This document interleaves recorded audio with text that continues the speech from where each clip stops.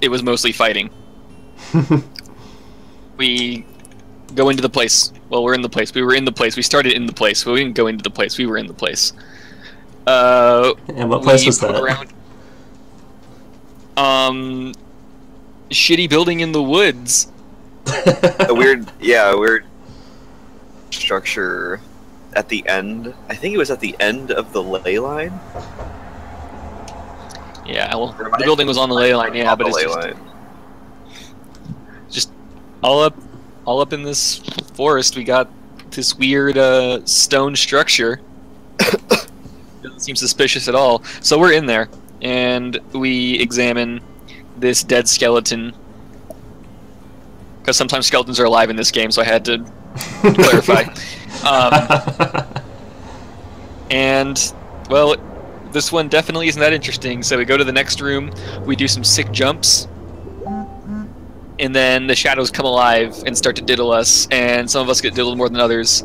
The diddlist is Wally, who now cannot actually stand up in his armor.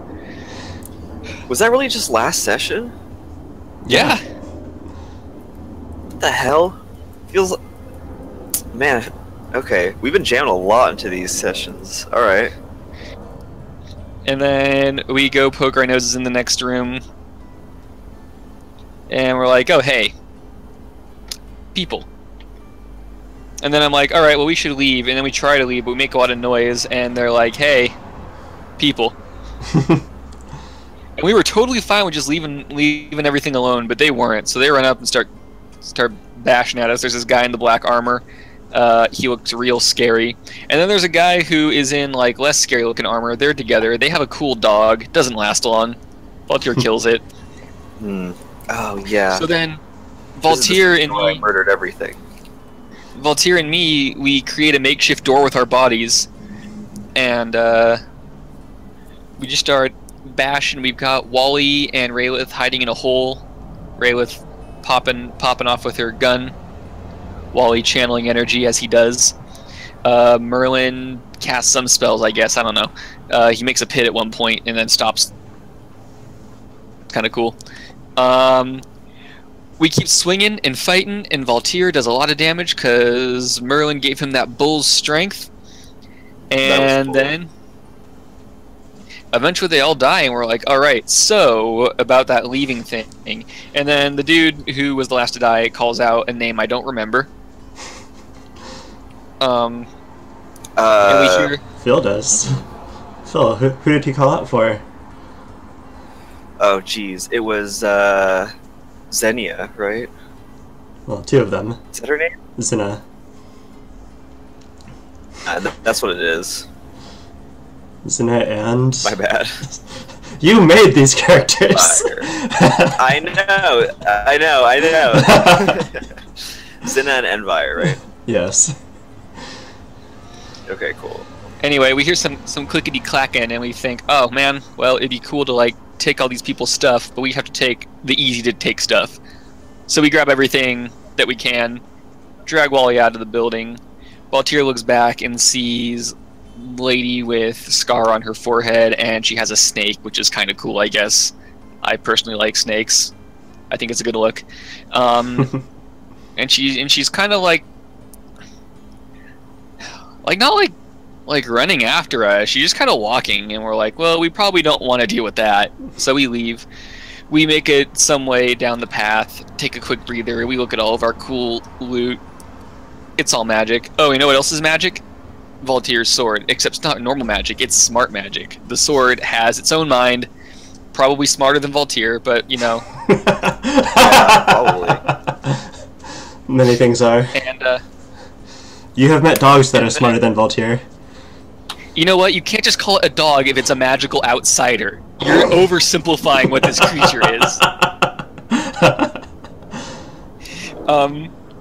Yeah, and then we help Wally out of his heavy armor, and he, like, kind of hobbles back to town with us. We go talk to the mayor and say, hey, all this shit happened. And he's like, well, thanks. And we get taken care of by grandmas and have a great evening.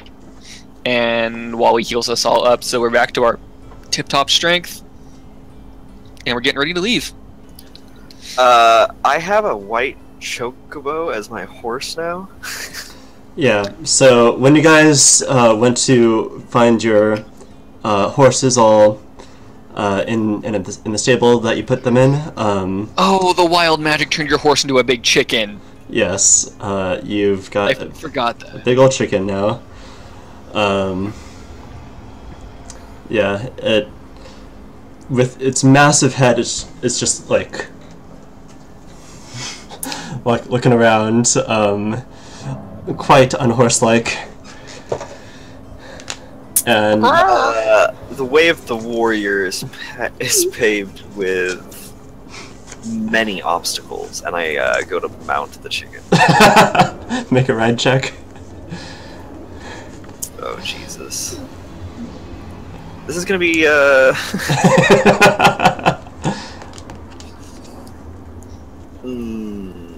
Valtyr's not the best at this.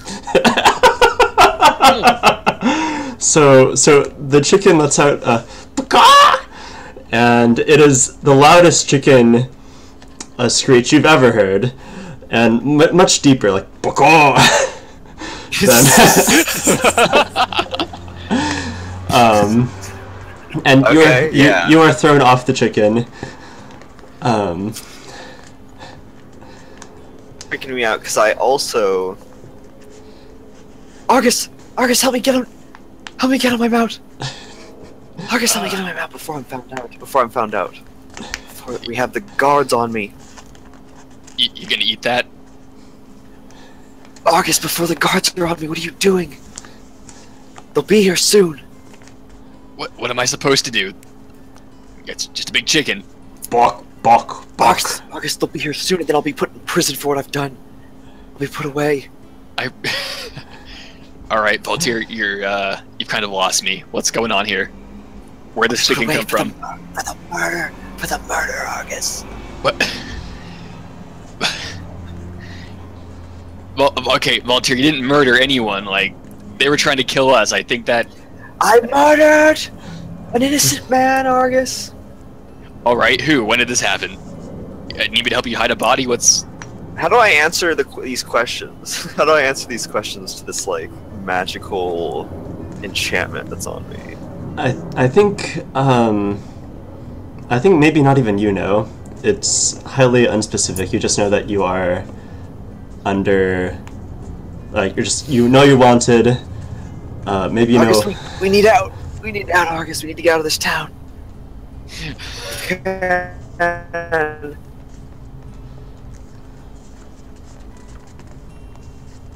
All right. This town. We need to get out before the authorities. What authorities? They're all like 3 feet tall. Yeah. All right, Valtyr, did someone? Fuck. Did Well, so eventually you make it up onto this, on the back of this chocobo-like creature, and it like starts to, its head turns completely around as they do, and it starts to like peck you a little bit. I handle animal.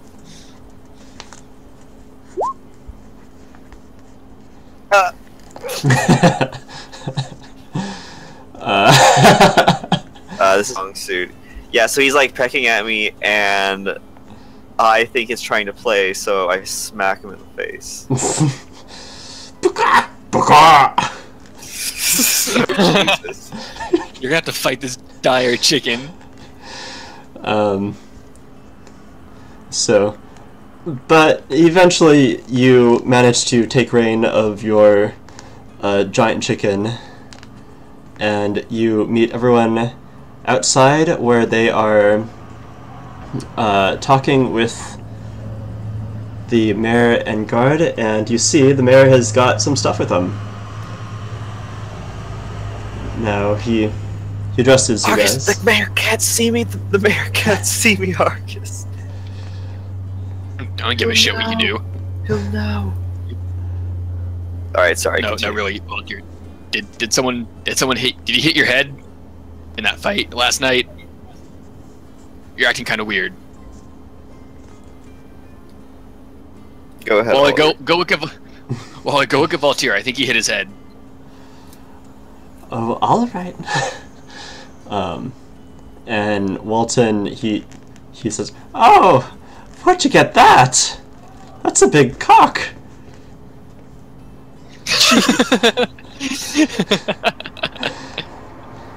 I don't know.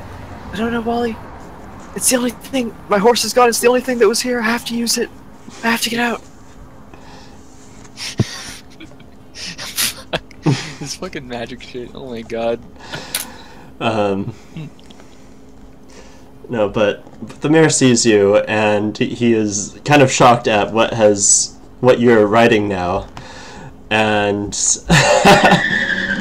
he looks at the items he's got. He's like, "Well, this can't compare with that, but it's what we've got."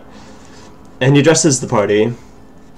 "Now, we're just a small commune of halflings, and we don't have much money or fancy weapons, but I hope this can express our appreciation of the work you've done to kill the Black Wolf." And so he's got a donkey pulling it at its side. It's slightly taller than he is. And bundled on the donkey is a quilt. On the quilt there are squares depicting scenes of mainly plants and animals. There's wheat and apples and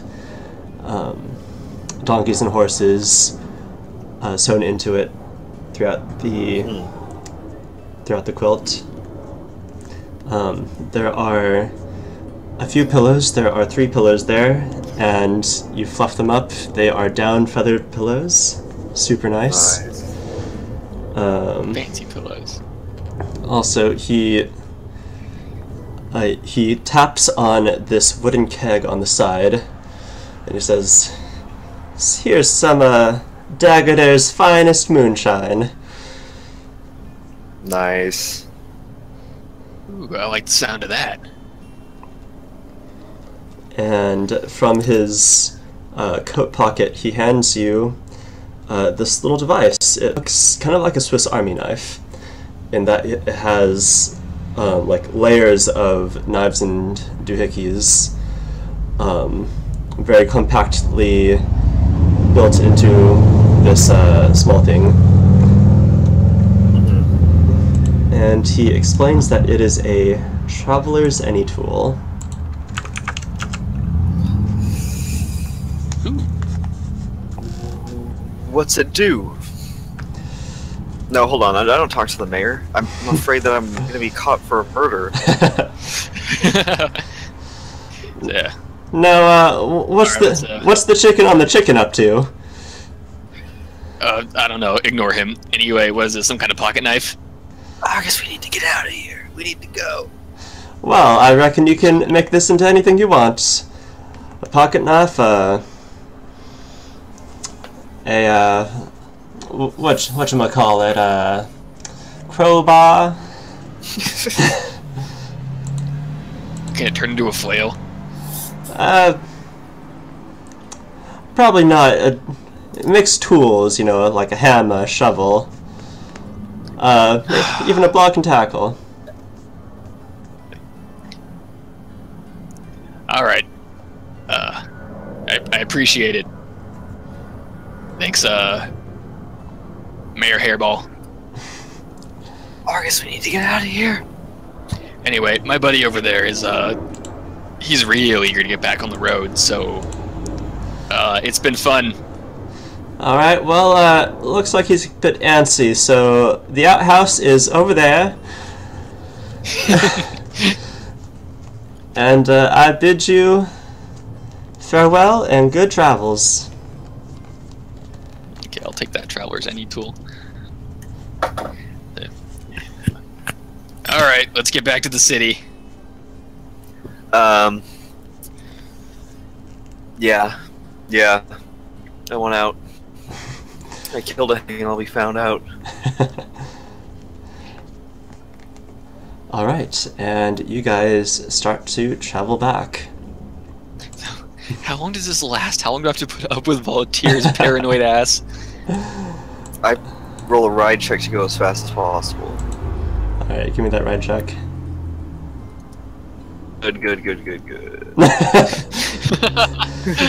No. So you being so fidgety, your chicken is not at all calmed by this, and every time you try to make it go faster, it just goes slower, it goes in circles, pecks at you. This is not your best performance on riding an animal. Yeah, you're right. Says, All right. All great stallions need to be tamed.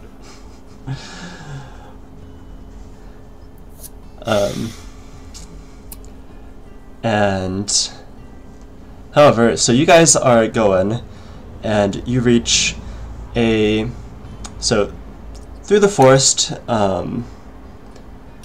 there are various parts that are thicker or thinner, and excuse me. So this is a bit more of a relaxed pace than you had going into Dagger Dare. And also a bit more, however, it's more direct, as Raelith is leading the pack, and she has a very good idea of exactly where to go at this point. So, do we ride past Granny's house again? If you would like to. I just want to know if weird happened there in the time we were in Dagger Dare, if it's just still dead Grandmaville. Alright, yeah, you guys pass by Grandma's house on the way back, and Merlin takes out the, there's a wooden bin, like it's a tub that you could have a sponge bath inside of, not really big enough for a human to have an actual bath. Mm-hmm. And he straps that to the donkey, and he seems to have a plan for that.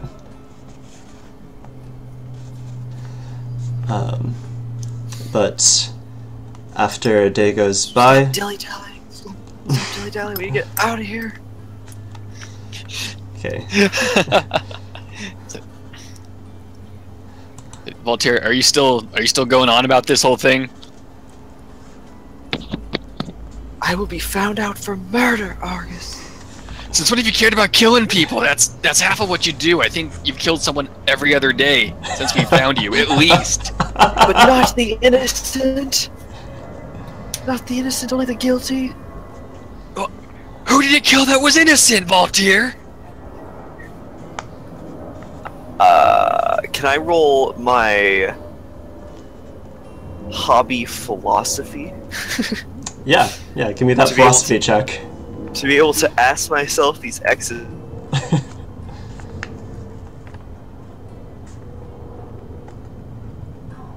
Let's see him philosophize. Oh, did we lose Phil? Did we lose me? Phil is gone for a moment. Oh, that's not good. Okay, here you are. So you consider the condition of what makes an innocent person, what makes a guilty person, and whoa, moral philosophy. All right. to answer this question of who did you kill, and you tell me, who did you kill? I killed. I mean, I'm assuming that this 10, like I killed someone, right? Yeah, this is a pretty neutral roll there. All right, yeah. I killed Pin Pam Davery. The halfling. Who the hell is that? It's a halfling that I killed. The innocent halfling that I killed in Dagger Dare. Perhaps. Methinks. Merlin looks at you. Pim Pam Davery?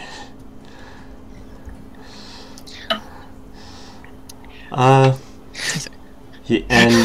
you hear him sort of whisper to Wally that maybe we need another restoration. Yeah, like I look at Merlin and Wally. I'm like, I mean, either you got something that can make him less paranoid. He won't shut up about this murder that he apparently committed. It's starting to get on my nerves. You know what? This is a good time to go to bed, and hopefully it will all be alright in the morning.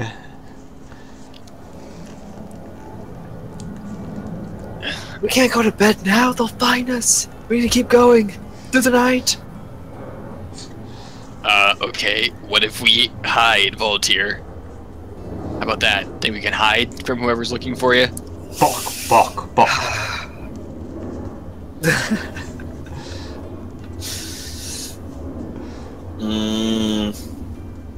Perhaps. I might be convinced to hide. Okay. I want to... If we're gonna be going to sleep, I want to, like, I guess, survival? Find a place to sleep that looks well hidden?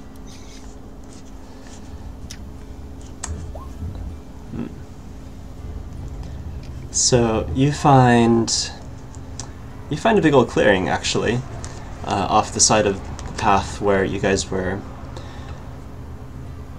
riding on, and Raylith considers the clearing and looks at Voltaire, and she says, I have an idea.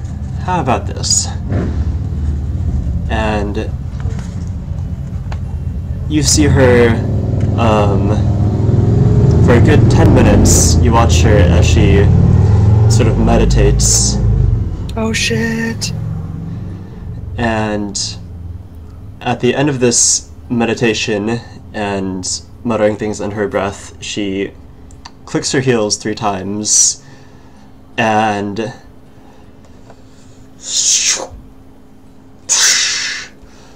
an incredible amount of smoke just fills the space that you guys are in, and when it clears out, there's a cottage. Sky Cottage! Huh. Perhaps this would do. Alright. Valtier's down. Yep, She that says, works for me. Here, Voltaire, maybe some bed rest will soothe your mind. This sky abode should be enough to hide my pursuers. Hide me away from my pursuers. And then Rayla starts making dinner. It's catfish again. A lot of catfish. Still catfish. We did murder a giant catfish. That thing was huge. You guys have an unbelievable amount of catfish. However, Merlin goes and reflavors it with some presto magic, and it tastes like trout. Interesting. What the...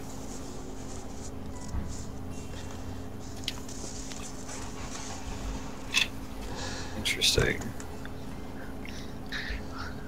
So, as we're getting to bed, I just want to tell Voltaire,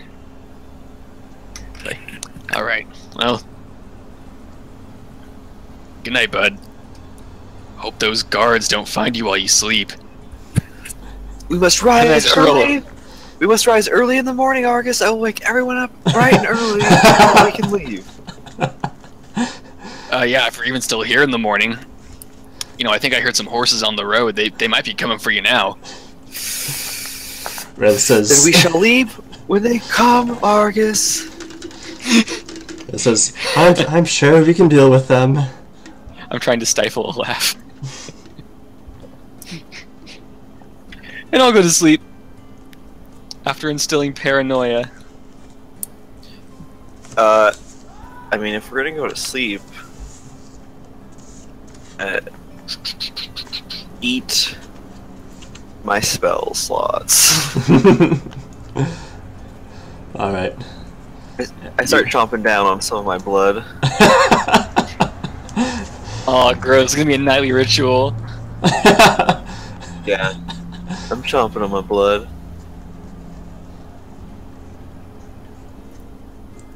Let's see, how much... Well, I'll take it. Yeah. And, Wally will expend his channels and healing spells to get you guys up to max if you're not already. Oh, well, sick. Probably didn't have to eat all your blood. Nah, I did it anyway. Yeah, at this point, Raylith just thinks you are the grossest bachelor she's ever seen. I don't give a shit what Rayla thinks. Totally. The way the warrior is not paved with beauty all the time. Or like... I don't know. The way of the warrior is weird, according to Voltaire. You gotta eat your own blood, you have to not sleep. You don't have to. Those are just possibilities. Yeah, your version of the Way of the Warrior has definitely put Merlin off from ever considering that path. But not There's Wally, nothing- apparently. There's nothing wrong with it. But no, so you guys have a night of rest inside this wonderful cozy cottage that Raylith has summoned.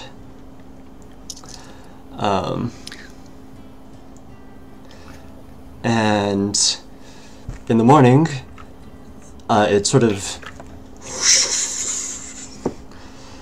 dissolves into smoke. Oh, jeez.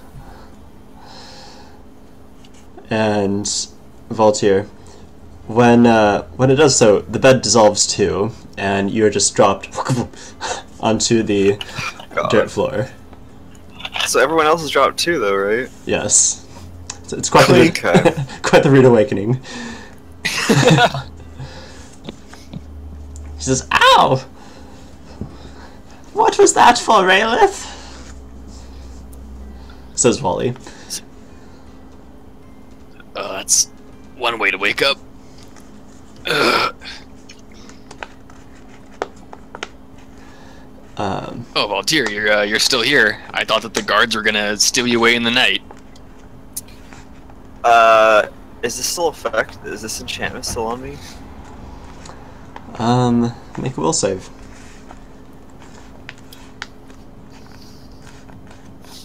Do it. Your specialty.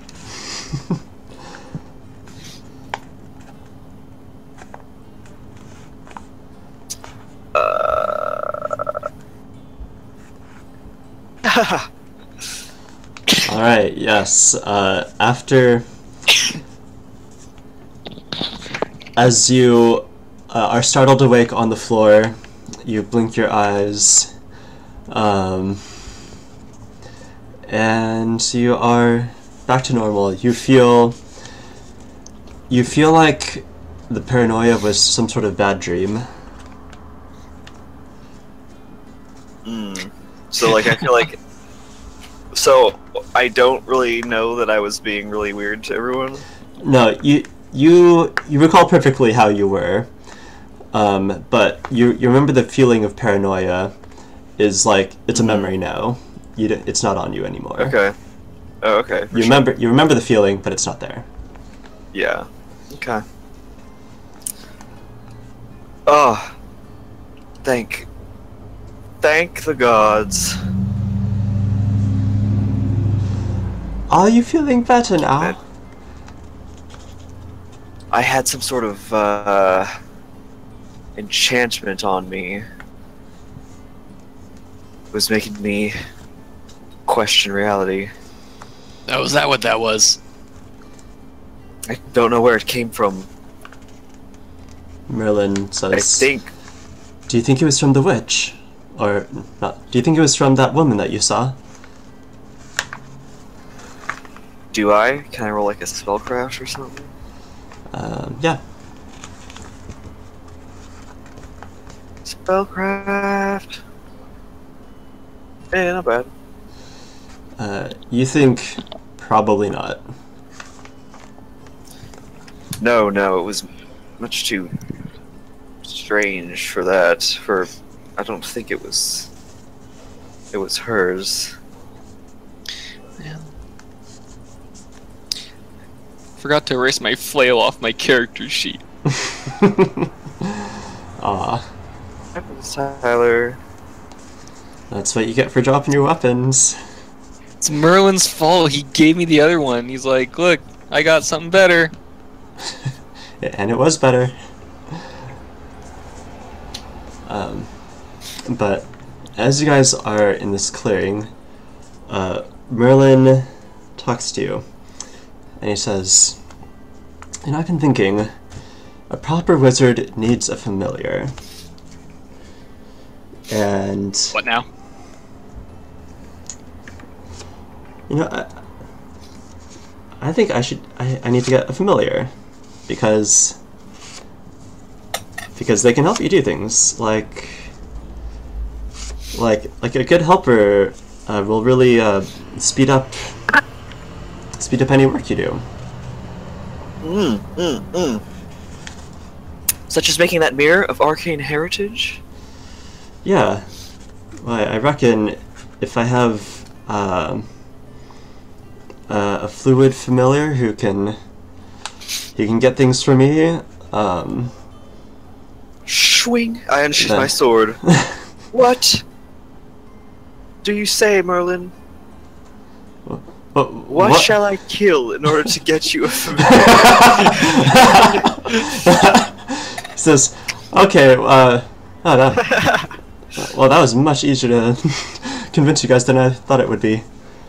Alright, well, so, let me explain. I want that mirror, dude. So, when binding creatures from beyond this world, you must always do it from a position of overwhelming power and imminent destructive potential. I intend to summon a water elemental and bind it to my will. But, so you see, elementals are not, they don't think as we do. What it takes to cow and control one of these is simply power. And if we can demonstrate that we are far more powerful than whatever I summon, it's going to be yes. then the binding will be much easier. I knew the blade was appropriate at this point. So what we need to do is find a large clearing, kind of like this, but more dirt, dry as possible, and when the sun is highest and it is the hottest part of the day, then I think would be the best time to do the ritual. Smart. Merlin, Is there any part of a water I'll take as a trophy?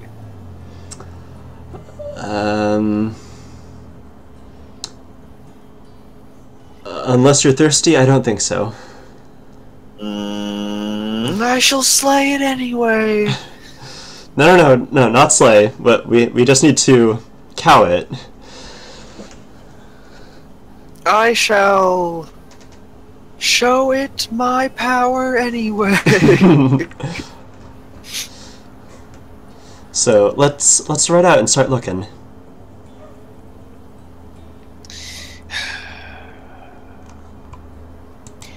All right, let's get this done.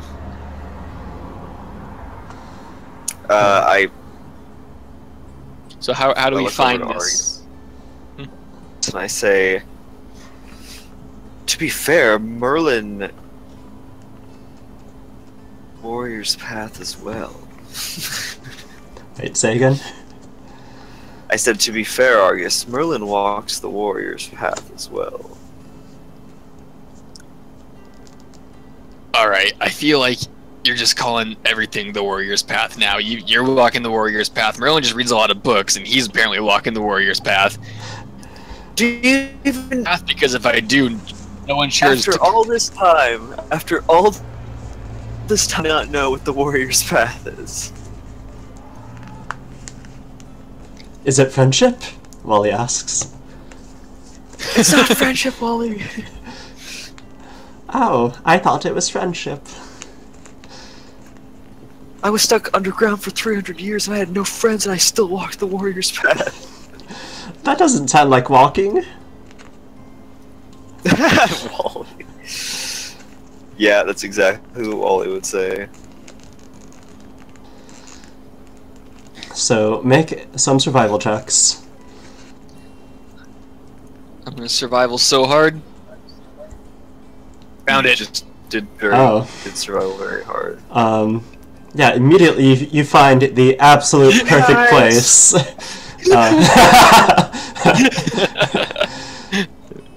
Yeah, Phil, you are still wrestling with your chicken, but as Merlin, be my eyes.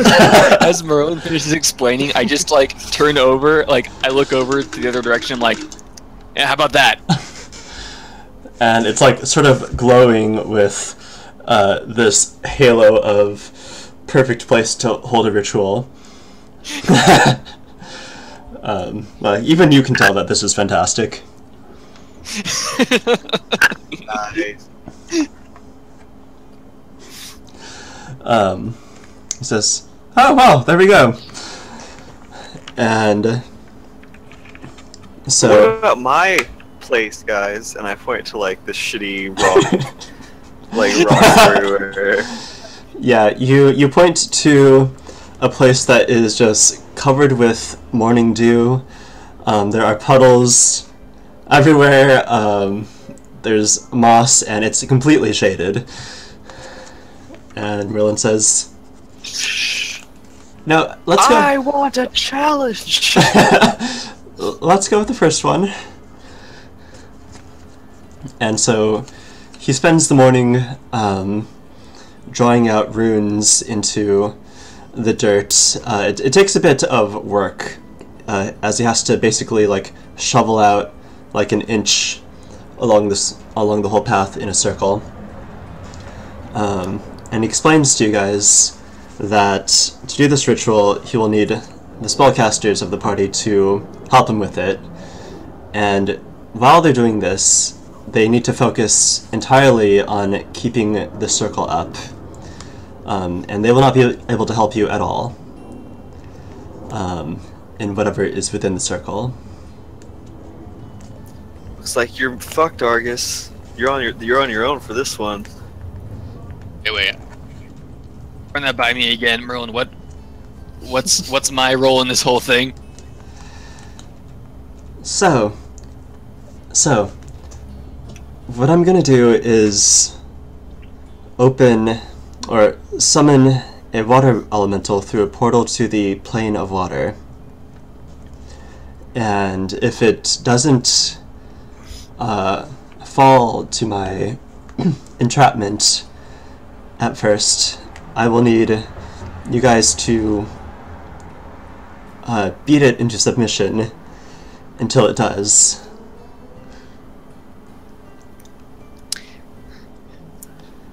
Alright. I knew the day would come where my adept arcane skills are required. I can cast 3 first-level spells a day. Do I remember that we have that drying dust that we found in the temple? The pyramid? That's on you, dude. Merlin doesn't know that. I don't know if Argus knows that, because I personally don't remember who has it.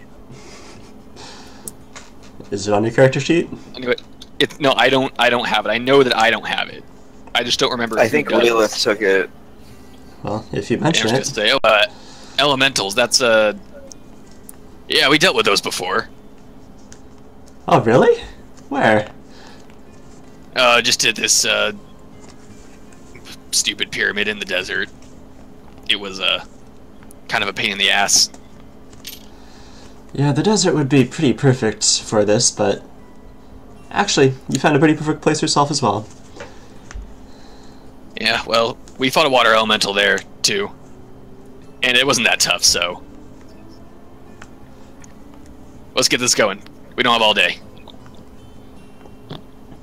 Are you going to request the dust from Raelith?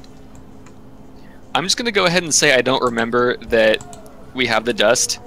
Partially because I don't know if Argus would, and I don't want to go ahead and use stuff out of Raelith's inventory when she's not here playing. Alright. So...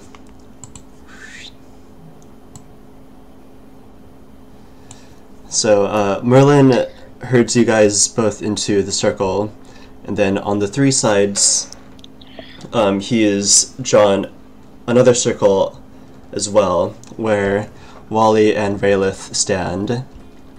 And all morning he's been telling Wally the incantation, and Wally has been saying it again and again and again and again for the hours that it's taken for Merlin to dig out the circle. And finally Wally has memorized it. However, Raelith got it on the first try. And it begins.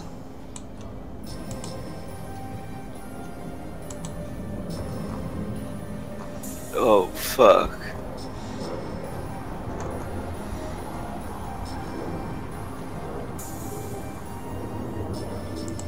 Okay, that's a little bit loud. Hey, how come I wasn't a main spellcasting component to this? I know spells too! Good, you can use them in there.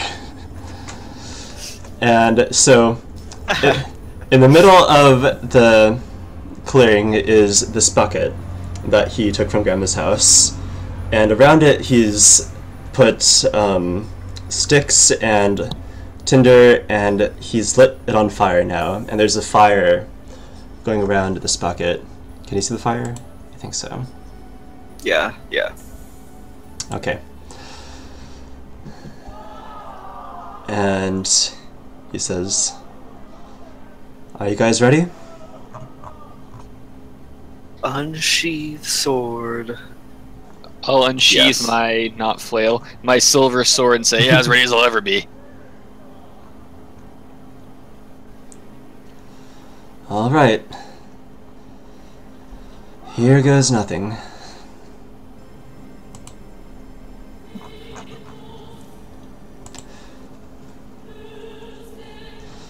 So they begin chanting,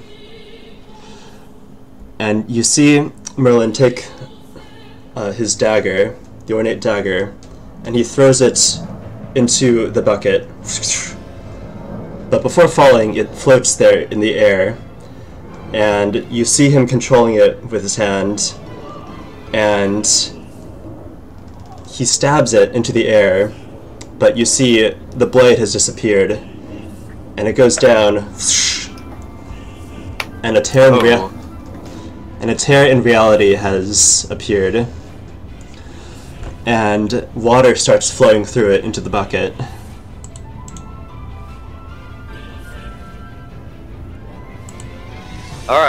Huh, that's cool. Ah.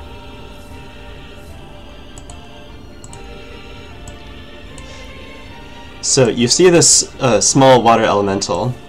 Let's see, let me reorder these. Nice.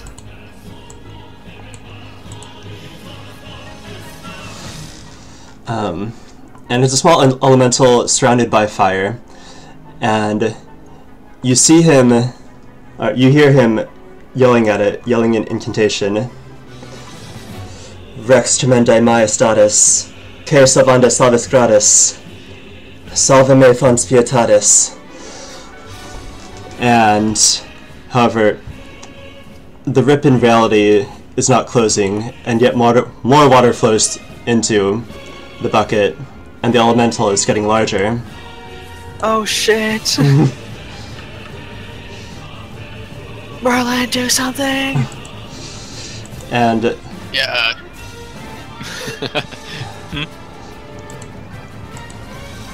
and the water elemental splashes onto the fire ring and puts it out. It's like, guys, now's the time. Roll initiative. I thought it was gonna be a small one.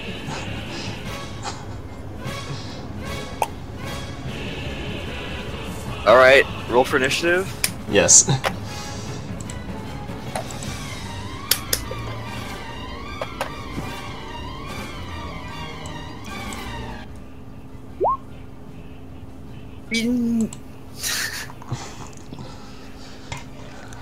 Small initiative. Strike first, Argus! I'll come from behind! I have to see what it rolls for initiative. Strike first, Argus! Alright, Argus, I believe you strike first. I'm gonna move up to it. Drawing my silver sword. My silver sword's already drawn. 5, 10. I can say. Alright, come and get some, you fucking puddle. And I'm gonna activate my Captain's Bane on this wad, this splashy boy. Okay. That's my turn. Alright, and let me get some music. And it's gonna attack you now. Oh yeah?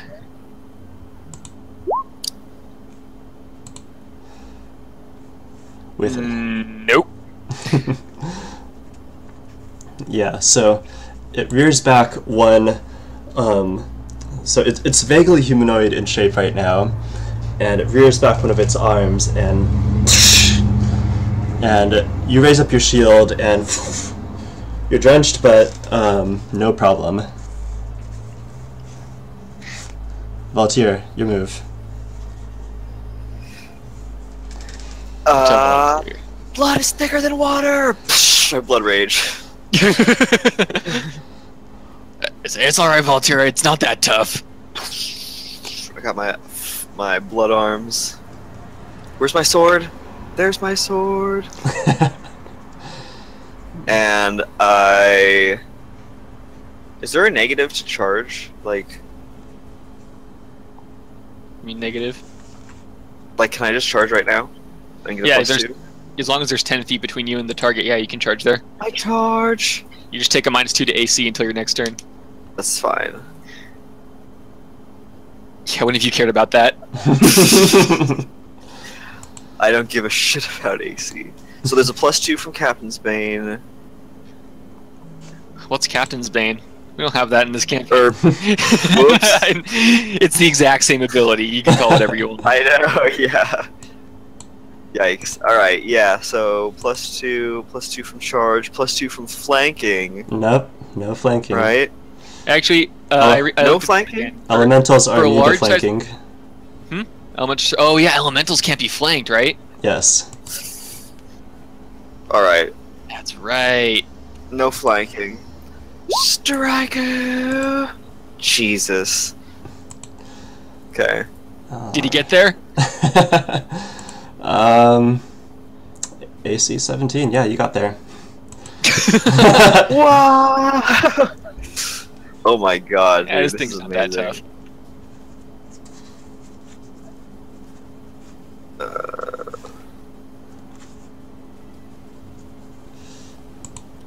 Strike. Yeah, you strike, and your sword goes through half of it entirely, and like, you seem to bisect the elemental creature, and you are drenched. Argus is further drenched, and the ground is now getting muddy. And he goes, however,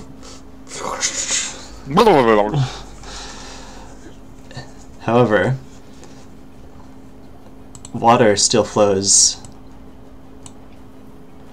Oh Jesus! Do I have to move back? Am I inside it? Yeah, you are forced back by this now growing quite large elemental. Argus, your turn. All right, Merlin, you can turn off the water. I'm gonna full attack it. That's sword and shield. Guessing the shield doesn't make it, but I do that many damage. Shing. Nice. Yeah. So, what weapon are you attacking with? The silver sword. Okay. Yeah, you go. And yeah, you get one of its arms. It sort of like falls off onto you and the floor. Grows back immediately in its liquid state. It goes. And it's the elemental's turn. And it's going to go 2 slams, one against each of you. It can try. Who's first? Who's slamming first? Okay, first time on Argus. My AC's not great. Okay, yeah, that actually does do it. And second one on Voltaire. That hits. Oh no. Yeah.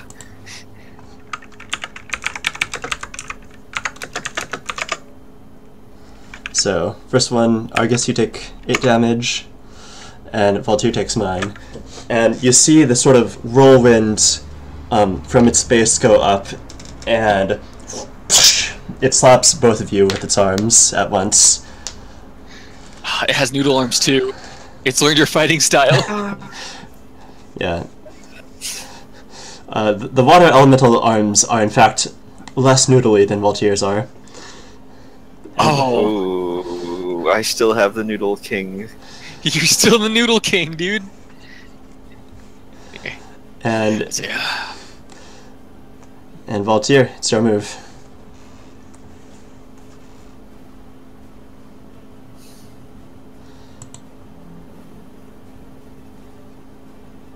I can take a 5. Well, okay, yeah, I'm gonna take a 5-foot step back and strike.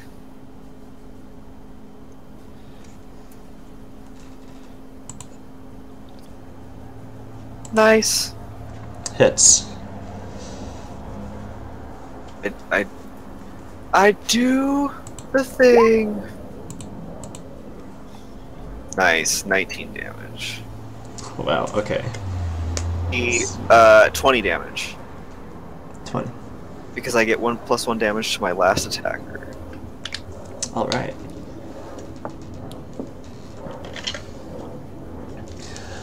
And yeah, so you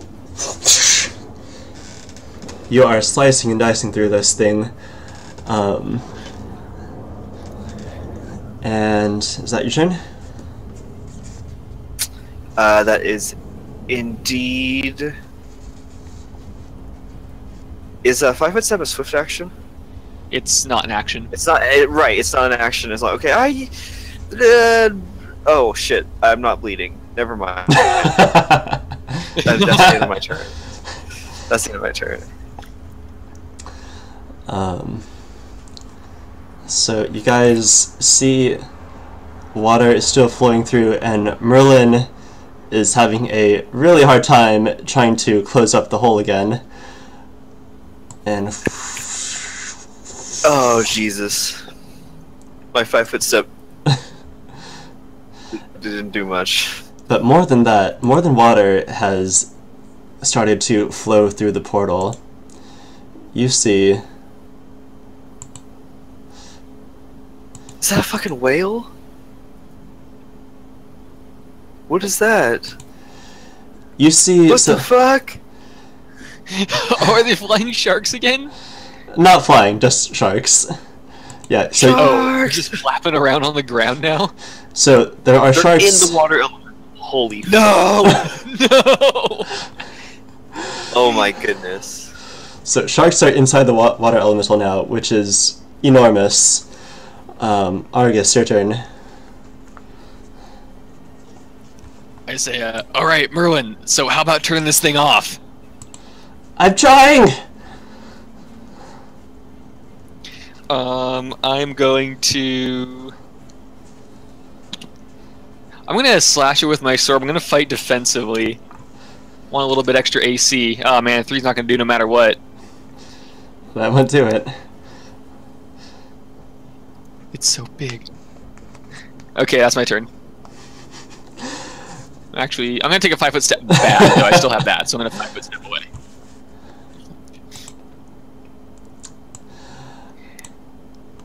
Alright.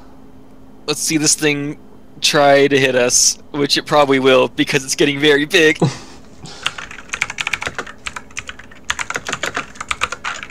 So, you see now a shark has come into both of its arms, and as it swings at both of you, it's also attacking with the shark. So. I knew this day would come.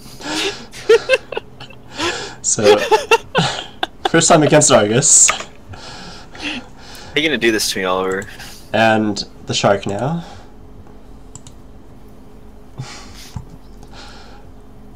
Oh man.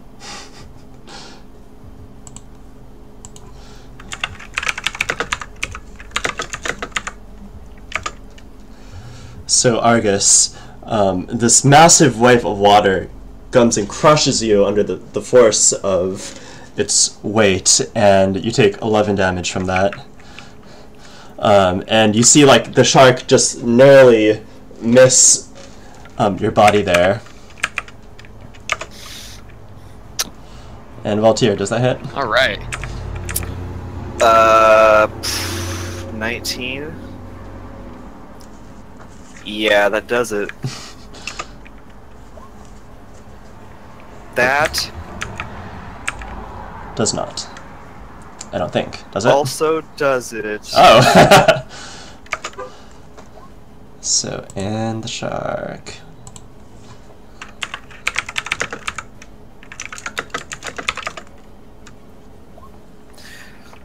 You fool! You've released my blood!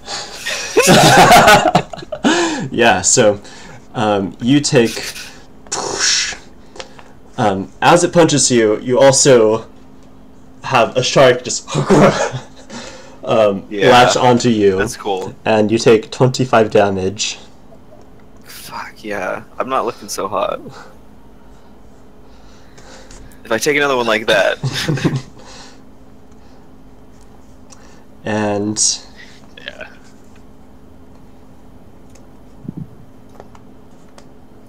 My turn? yeah, it's your turn. Jesus. Isaiah, what do you say we call this one off, Valtier? God, yeah, how do we call this off? Runs this. Almost got it. Come on, guys. Alright, 5-foot step backwards. 10-foot reach. Swift action. Cover my sword in my blood. Where's my sword? There's it. Swag. I swang it.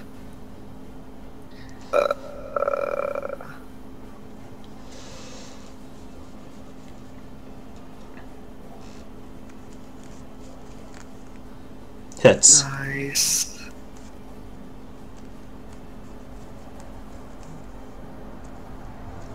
Strike you. Nice. Yeah, with your cold blood-covered sword, you. Oh. Hmm? I get to roll I totally forgot to roll my extra damage. That sweet D6. Nice. 21. Blackjack. Yeah, and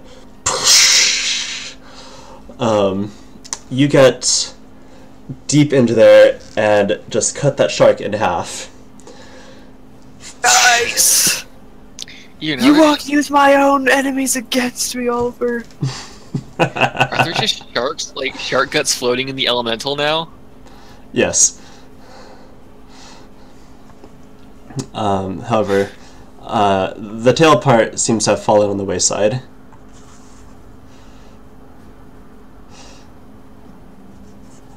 And Argus, you see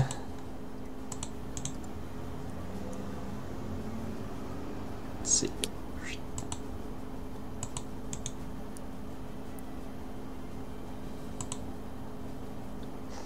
Oh no. You see that the elemental now has wait, where'd they go? Let's see. Okay, wrong layer, sorry. Token.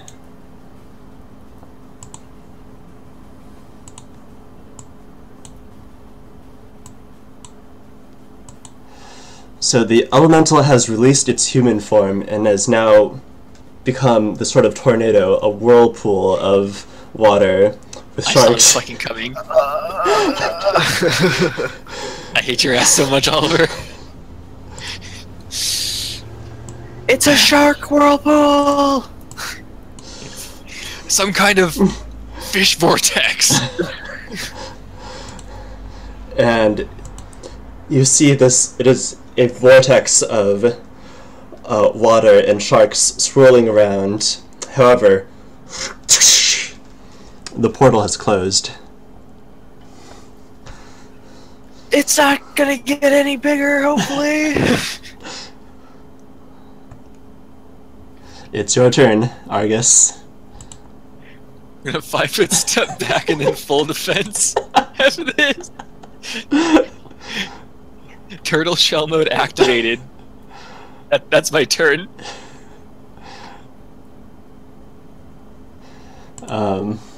Well, roll a perception check. Both of us? Yeah. Oh, I thought I was gonna land on 18. I did land on 18. Alright, so Voltaire, you see that this huge whirlpool of sharks swimming round and around, it's turned into something that if the whirlpool comes onto you, you won't be able to avoid its damage. You think essentially that this now has swarm abilities. Oh, Jesus Christ. We don't have fucking magic! Alright. Alright. August, stay out of it! Obviously! Yeah, way ahead of you, Voltaire. Okay. But yeah, if that's the case, then I want to move farther. I didn't use my move action. Can I leave the circle?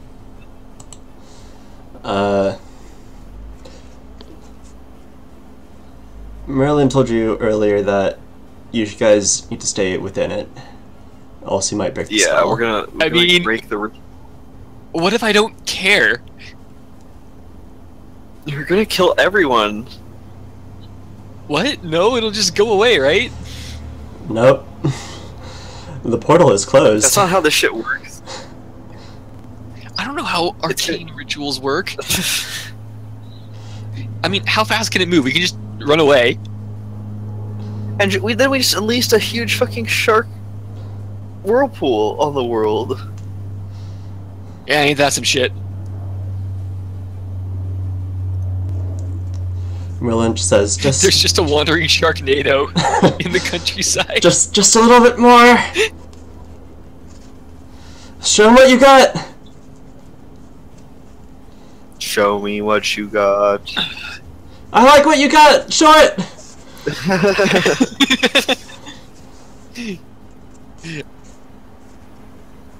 All right. Well, Show me what you got. what does it got? I got nothing. I got a shield.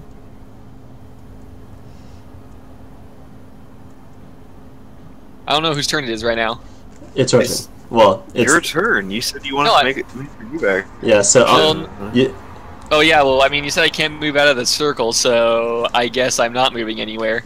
well, I'm saying if you want to do something other than a full defense, you can. Now that you've perceived it has swarm abilities.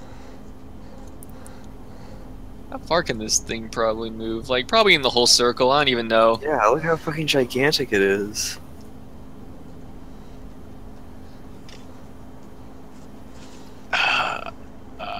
Do I have anything for this? Merlin says, What were those potions that we got last session? "You tell me." Oh, I don't think we got those identified.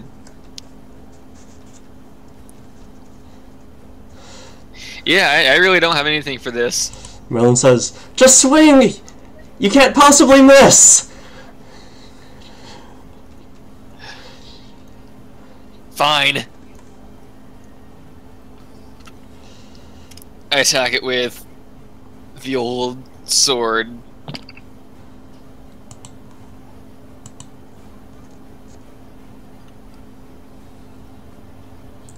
Hits. I'm gonna guess that hits. Yeah.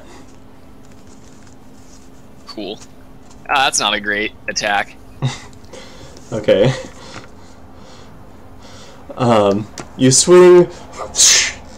It feels like you hit a shark. They're moving pretty quickly in the vortex. But it's the enemy's turn. Let's see.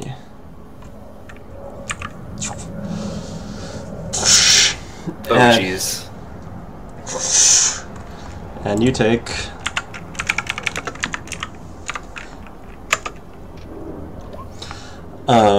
you are battered by just so much water and sharks swirling past you. It seems that they can't get a great bite on you, but you're getting smacked around by tails and sandpaper. Random shark tail. Just smack, smack, smack. Voltaire, your move.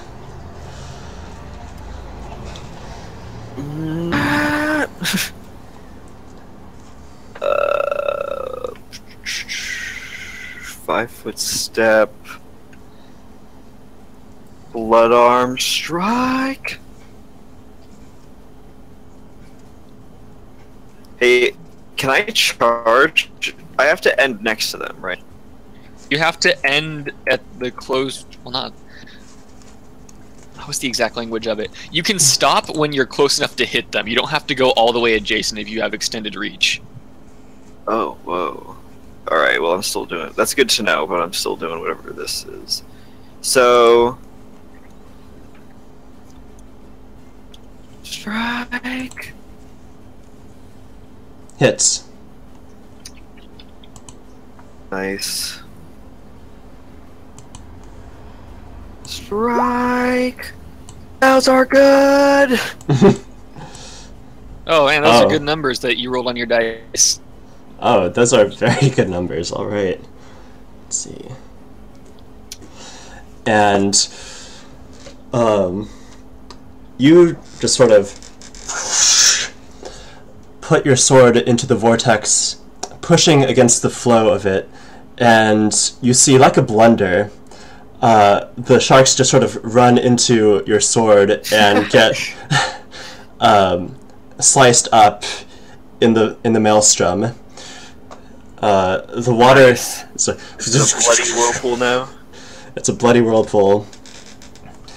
And yes, I like this. And you see that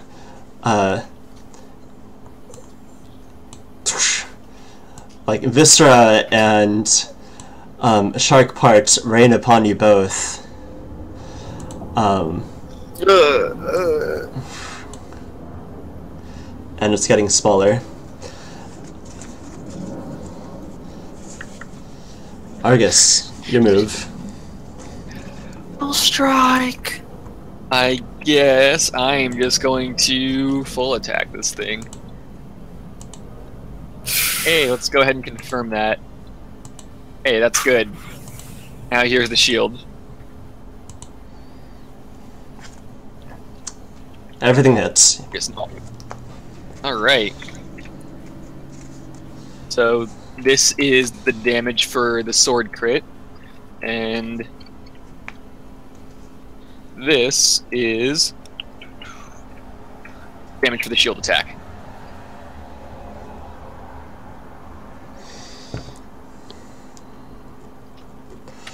Dang, dude, nice. So, with a deft strike, you shield bash, poof, the shark way over here, out of the vortex, and it's flopping on the ground now. Walton's like, ah, ah.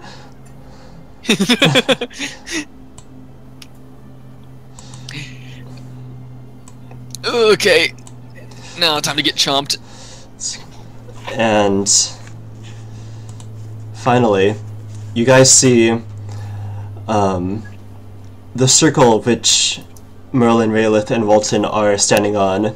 It glows with arcane power and shrinks over the elemental. And Merlin says, "Ha! Gotcha!" And you're out of initiative. However, the shark over here is still flopping around. Walton says, "Ow! I want to. Ow!"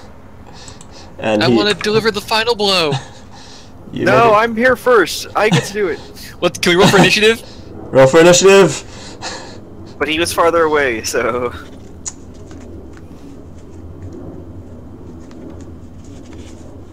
He's got. I'm gonna fuck anymore, right? Can I just fucking charge it? I charge the shark. You can charge the shark. I charge the shark. Ah! One. Alright, you got the shark. Okay, my damage on this thing sucks. Oh, okay, max damage is cool though. Yeah, and he goes, dead.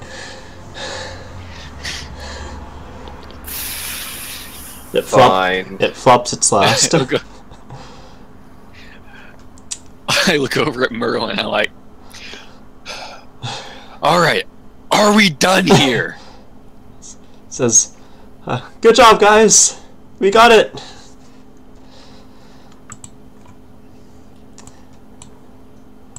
How's my okay, how's my huge shark wound? Okay, I'm not looking the hottest actually, looking at my HP now. How much are you at? 25. Walton says, "Oh my, let me help you with that." And he's gonna do some cure moderate wounds. I forgot what. I guess 25 is technically not very low, but it did do 26 damage to me at once, so.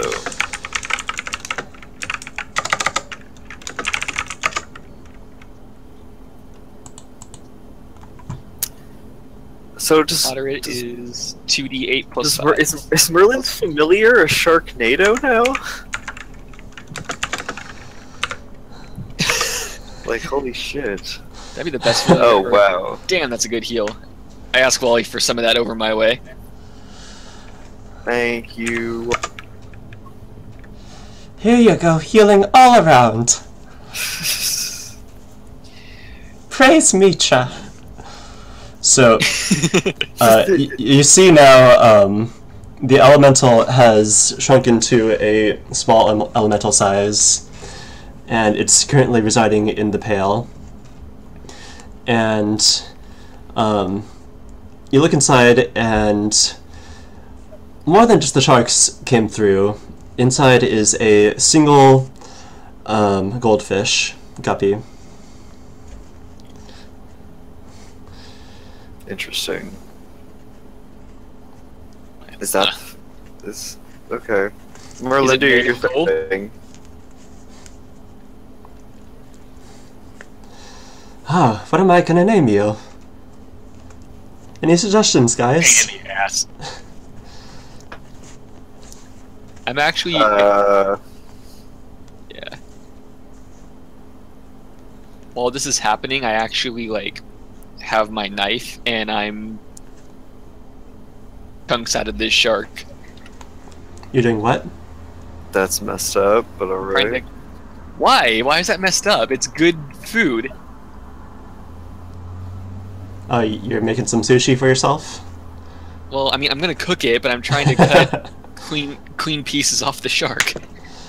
Yeah, Raylith says that there is quite a lot here, more than enough to make a large stew of shark fin soup. Am I, do I have to roll survival to dress the corpse, or... Yeah, or can I just do that? Yeah, give me some survival checks on how much meat you want to get. I'm good at surviving. Yeah, you managed to get, you got all the fins, you got the eyeballs, you can take all the teeth if you want. I was gonna say, I'm taking the teeth on this one. Yeah, there are just rows of shark's teeth. They're a bit bloody. That looks kind of black to you, some of it. Mm.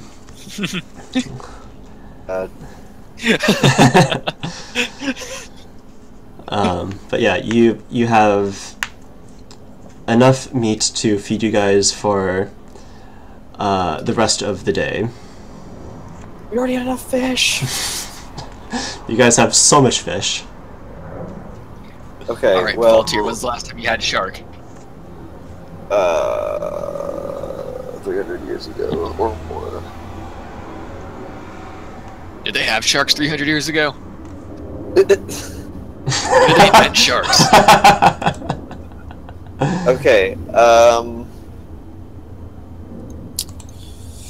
I look at my sword, Oliver. I look at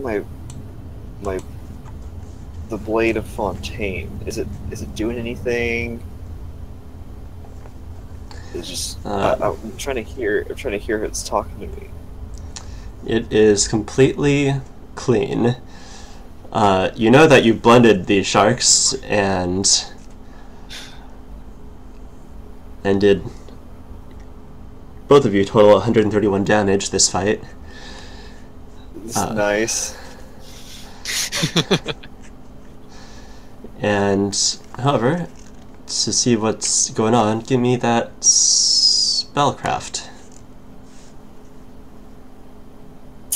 I'll give you a spellcraft.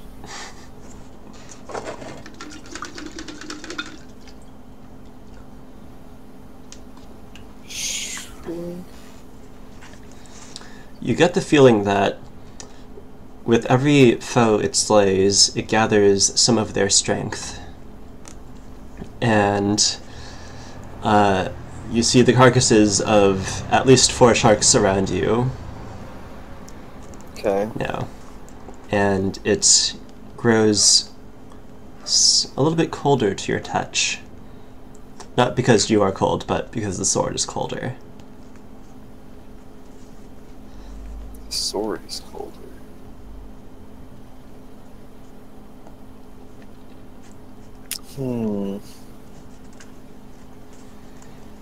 Like my blood. You know, I haven't named my sword yet. Argus. You're naming your sword Argus? No, I'm talking about Argus. Oh.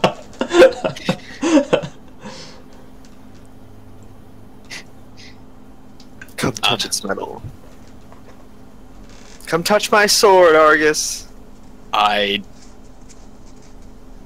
don't want to do that. Touch my sword. Alright, my hands are covered in shark guts. Why do you want me to touch your sword? Touch it. Fine. And I go over and I leave a big shark blood handprint on the side of the blade. Just And immediately, the blood fades into the blade and disappears. And it is clean again. It was... Okay, that's fucking weird. And how does it feel to Argus? As you take your hand off, your hand feels like peeling away from a sticker. Ew. It feels like if you left your hand there for a while, it might stick more strongly. So, yeah, alright, Voltaire, that's one hell of a sword. The blade of my father.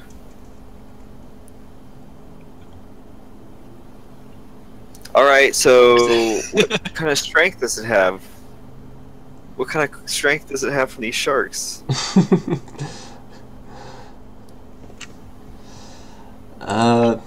At this moment, as far as you can tell, it's still that +1 sword.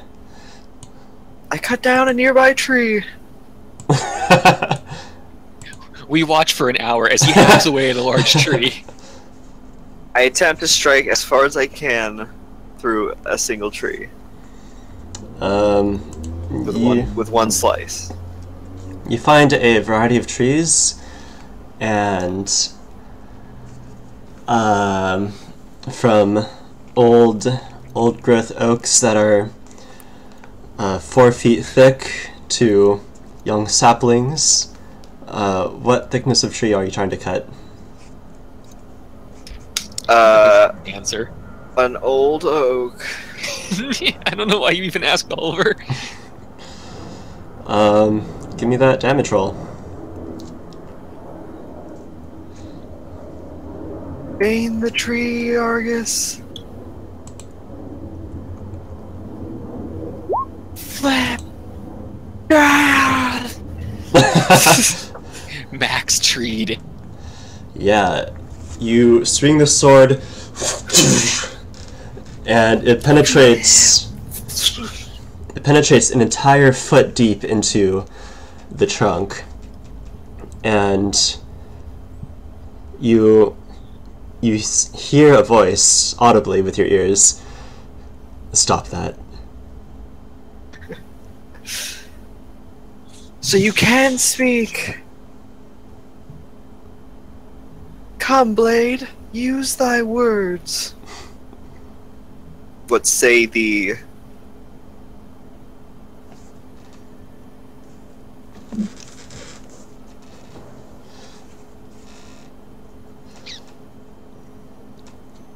And you hear no response. Strike again. Oh my god.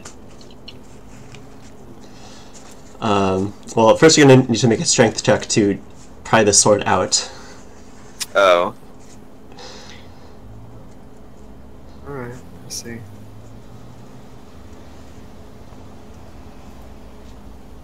I see how it is.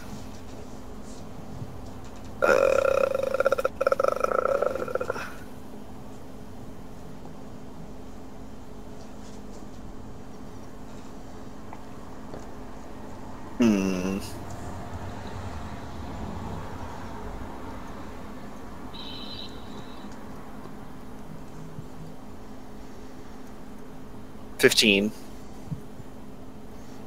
Yeah, so you pry the sword out and do another hack. Not as deep this time. Yeah.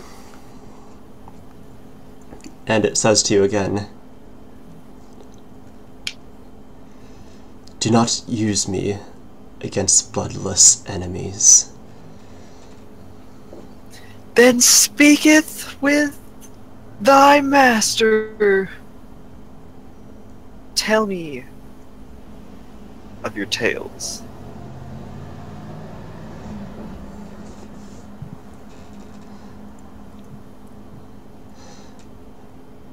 I'm a sword of uncountable age. My blade has tasted blood from many planes and places. Through my power, generations of warriors have dealt their destruction by my power. Armies have fallen.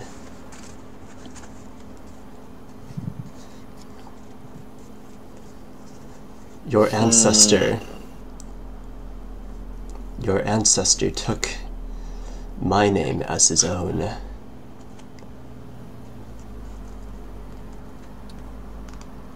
Oh, Ooh, hoo, hoo, hoo. interesting. So you say that you are the original Fontaine?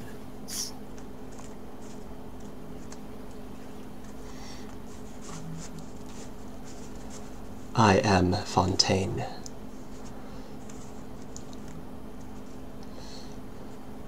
And you have never been so adeptly wielded before in all of your long existence.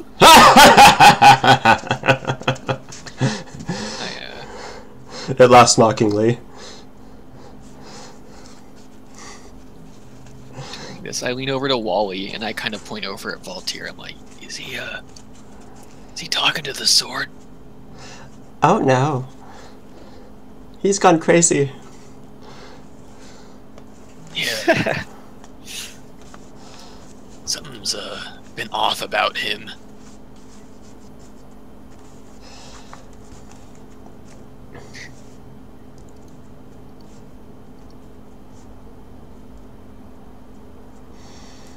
There have been sword masters before you. Far more powerful. Perhaps you will become like them, perhaps stronger. It is rare that I am wielded by one who walks so deeply in blood as you. I am pleased.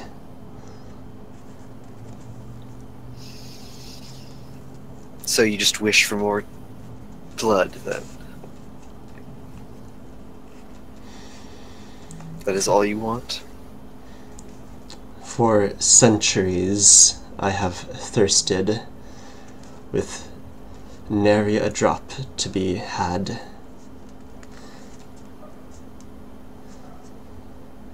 Feed me further, and you will awaken more of my power.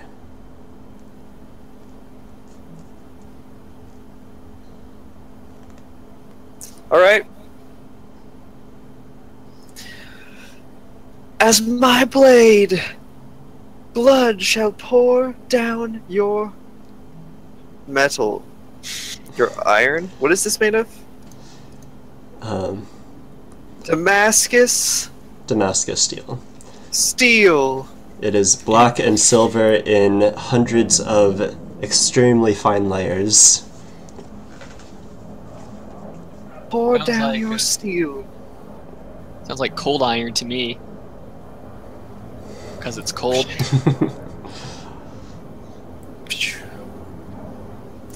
Okay, yeah. Sheath sword. And as you sheathe, you get the feeling that it is done digesting from the sharks. It's now a +2 weapon! Oh, the warrior's path! Fuck yes.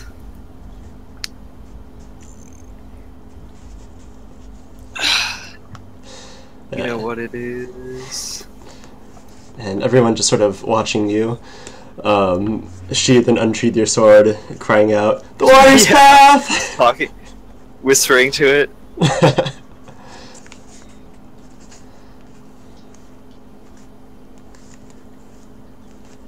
And I call over, "Are you done?"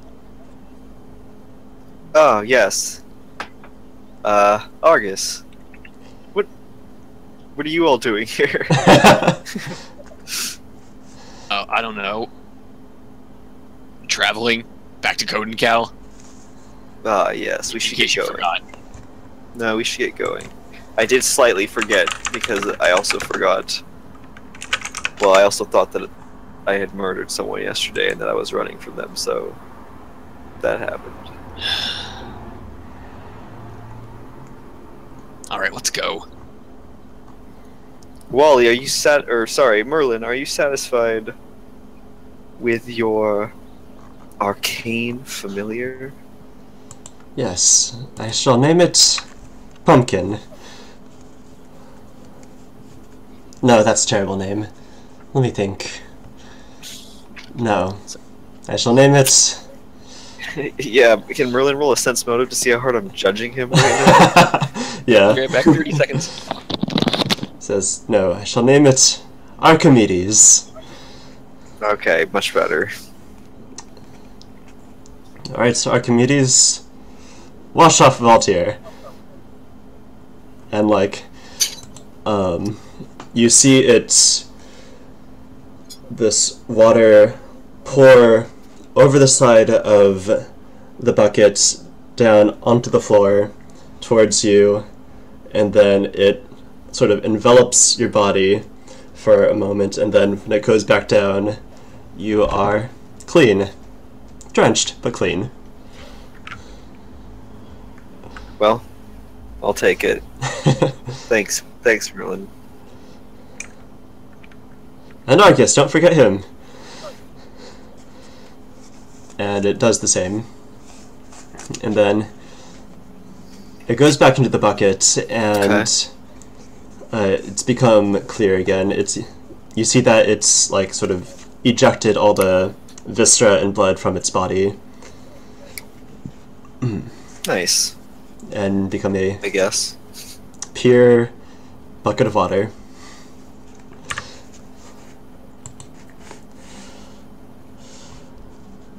Merlin says, well, Alright, Merlin. that was Well, exciting.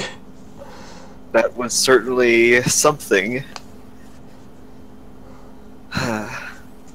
Although, I can now say that I've slain a shark whirlpool elemental. A shark pool. So, Argus, you got a quick bath from Archimedes. I think when I was fighting it, I got a bath. Well, But I appreciate it. well, you got a bloodbath from the sharks that Valtier blended. Okay, well, Oh, I wipe my Okay. my wet hair out of my eyes. Wait, no, I don't. Anyway,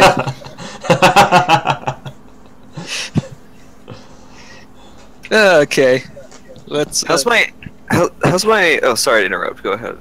Oh, I was gonna say. I was just gonna ask, like, if we were on the road again.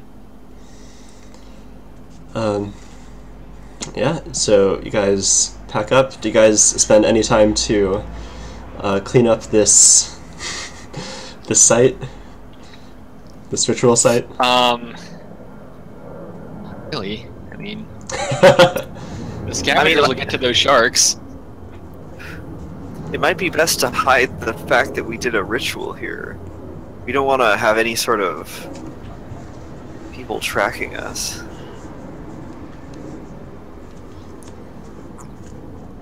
Yeah, so I mean, all right. How are we gonna hide these shark bodies?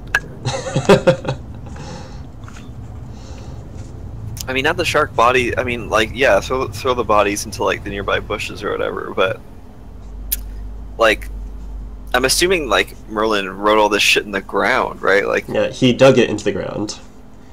yeah. Let's hide it. Like, we don't want someone to just be able to come out here and accidentally like open a portal to the fucking water elemental plane. Can I roll a knowledge planes to see if I know that? Yeah.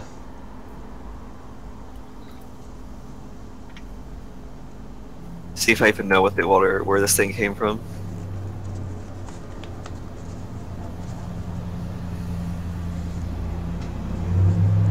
Give me that knowledge planes. That's 15. Oh, you have a +4. Okay, well, yeah, as Merlin said, it is from the plane of water, and as you saw, you're completely sure it's from the plane of water.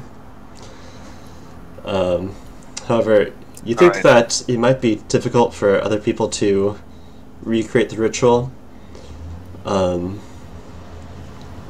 think without Desnash, the Sword of Dreams, the Knife of Dreams, it would take a few more steps.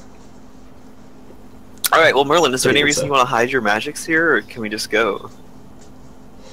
Let's just clean up the ruins a bit. I mean, I'm sure the wolves and other forest creatures would love to have this tasty and very rare snack. Yeah, alright. If we're here much longer, I might get at it. I helped Merlin just kind of cover up most of the ruins. I'm counting my shark teeth.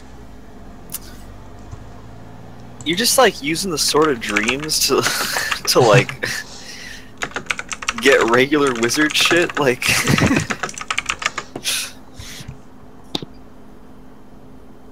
I mean, I guess it's technically a water elemental familiar isn't regular shit, but yeah, that's special. It is quite that's special. A feat.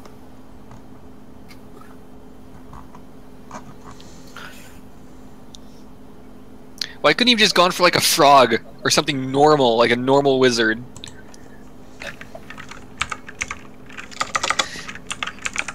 Why can't he just get like a little raven? So, among the shark and the others, you managed to harvest 262 shark teeth. Hell yeah! My backpack is jingling with teeth.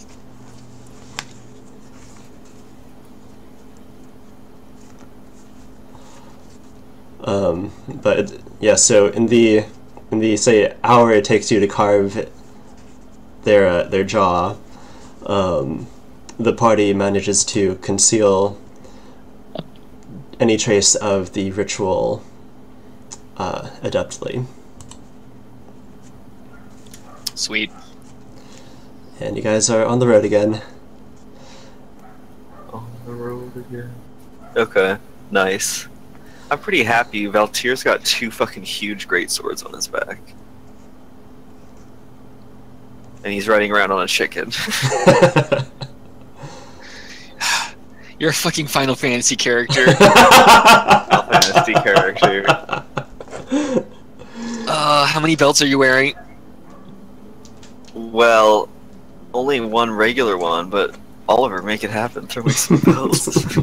Roll 1d6 for belts. I do have a belt pouch, I'll say that.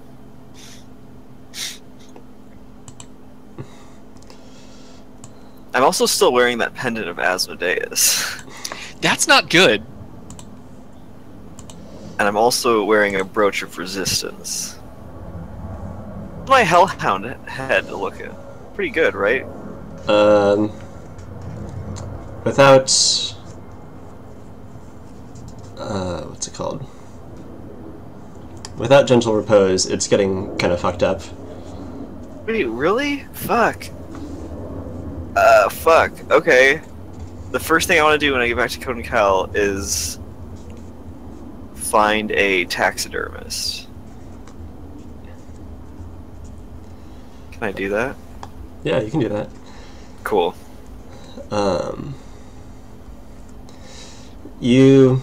So yeah, you guys.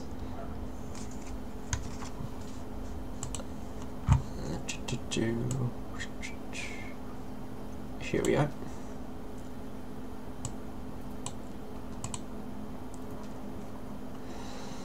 So the rest of the trip goes without too much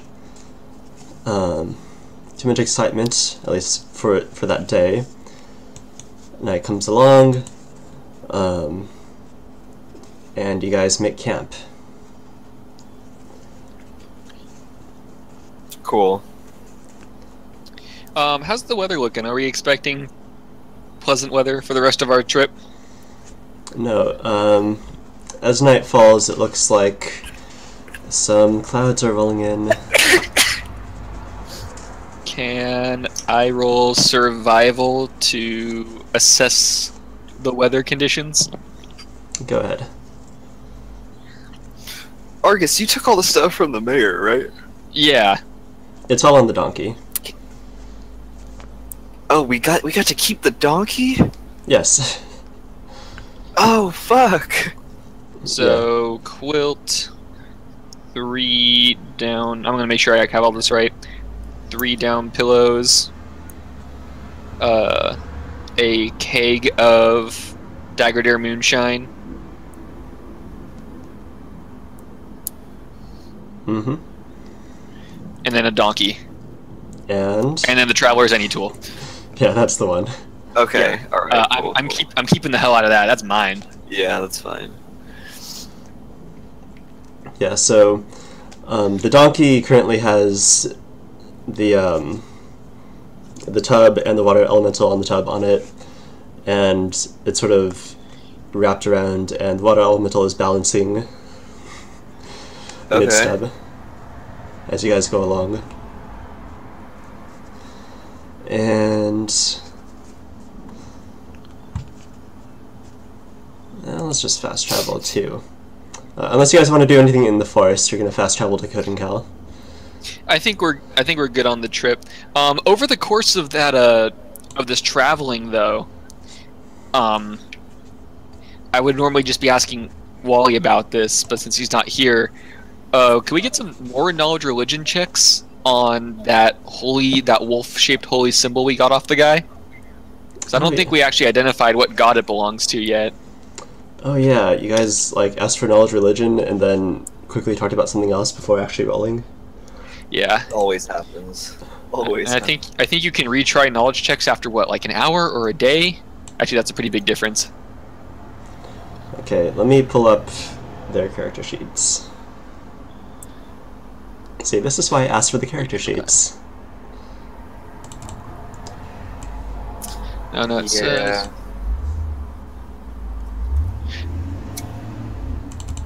Okay, so it says... Yeah, so it says for knowledge you can't retry, because thinking about something a second time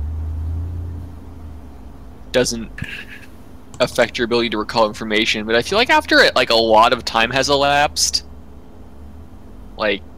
I'd say once a day. Something? Yeah.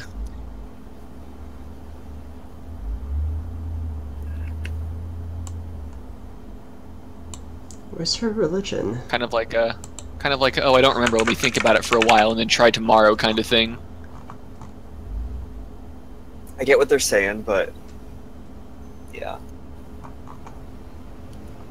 Okay, wait, does Relith not actually have any points in knowledge religion? I can't imagine that to be the case. I don't think so. Okay. I think she's kind of been riding on the that skull ability to make any knowledge check untrained. I mean, she can, but I think that they still do that. Does she get the +3? I have no idea what. I don't know Scald super well. Okay, well, we're just gonna say that. Okay, she is not sure. Oh yeah, Scald adds half their class level on all knowledge skill checks and can make them all untrained. So that would be +2 right now for the 4 levels in Scald. So still not sure. Damn. She suspects Lamashtu, but she can't say for sure. Asmodeus? We have a symbol of Asmodeus, like, yeah. on our person. It's definitely not the same thing. Yeah, she's sure it's not Asmodeus. Okay. Yeah. So, what do you plan on doing when you get back to town, Baltier? Gonna get this head stuffed. Make it look real nice. That's a good call. It's a nice Honestly. trophy.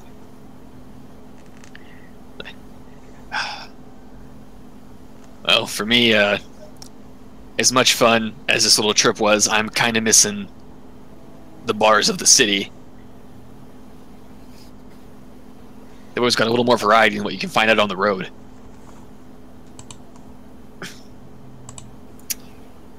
Another... the last time we went to a bar together, it got a little crazy. Yeah, that's how you know you're doing it right. Alright. I'd be willing to join you, but first, let me find someone who can take care of this head. So as you guys are traveling on this new path, on the next day, you find an altar on the path. And it is carved of stone, and there are maps and mementos that people have graffitied onto it. Where is this? It's on the path that you guys are walking on. Oh. Maps and mementos. Yes. Give me... Can I look closer? Yeah. Yeah. Yeah, give me that perception. Yeah. Ah, Jesus. Alright. You notice there are small butterflies in this area, a lot more than otherwise in the forest that you've seen.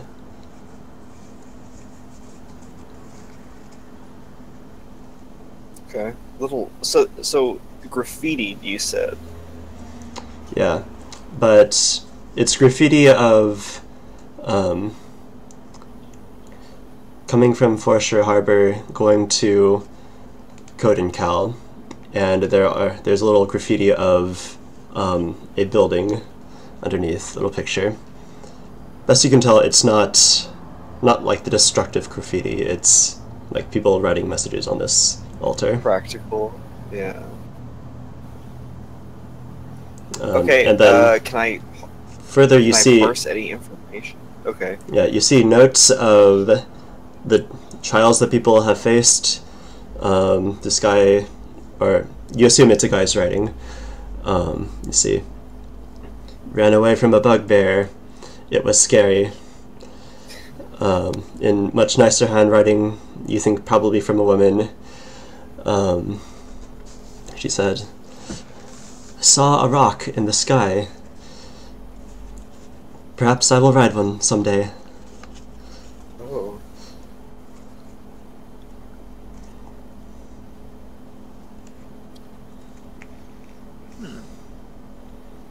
Let's see, and Michelle's gonna make a knowledge religion check. Yep, nope. Hey. She says, "Ah, this is an altar to Desna, the goddess of travel." Nice. Nice. And she says, "If you sit down and pray a bit here, we will be able to get to our destination with blessing."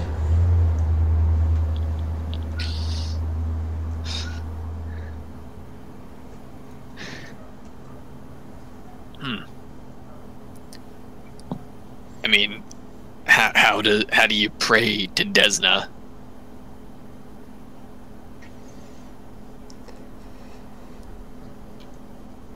Well, I mean, same way you pray to most gods.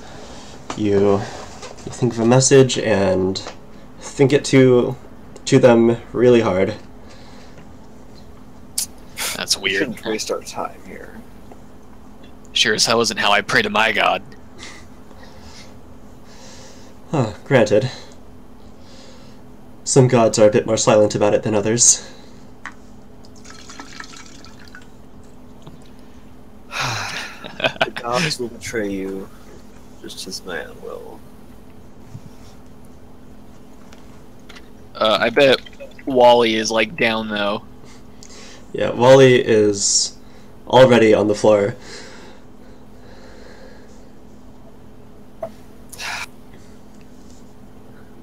I say, yeah, all right. There's no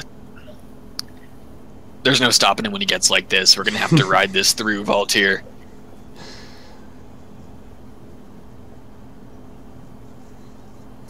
Alright, I suppose. And actually, Merlin gets down and sits in front of the altar as well. Because in Pathfinder, you play religion for keeps. Wait, what? But more about that later. What?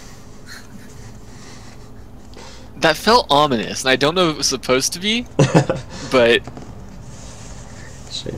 So, actually, Phil, sort of meta question about the world. Yeah. Is it common knowledge that when you die, when Phrasma sorts your soul is sent to the plane of existence of the god whom you worshipped?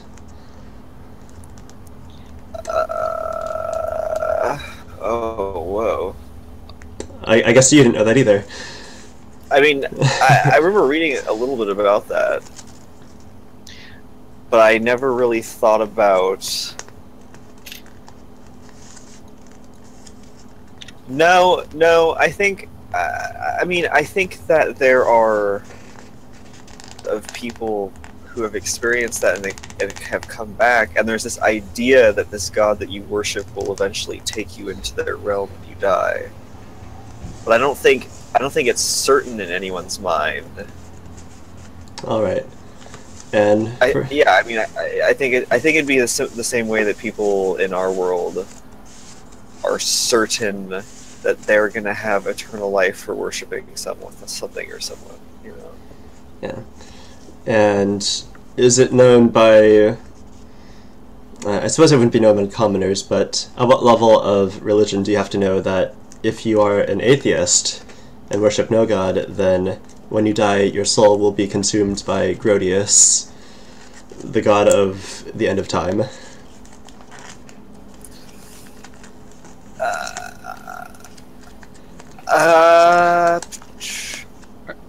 Is Voltaire sure he doesn't want to worship my chaotic ass god?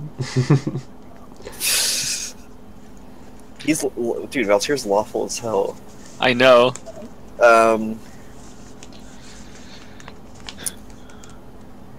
I mean, so here's the thing, Oliver. How would anyone be sure of this?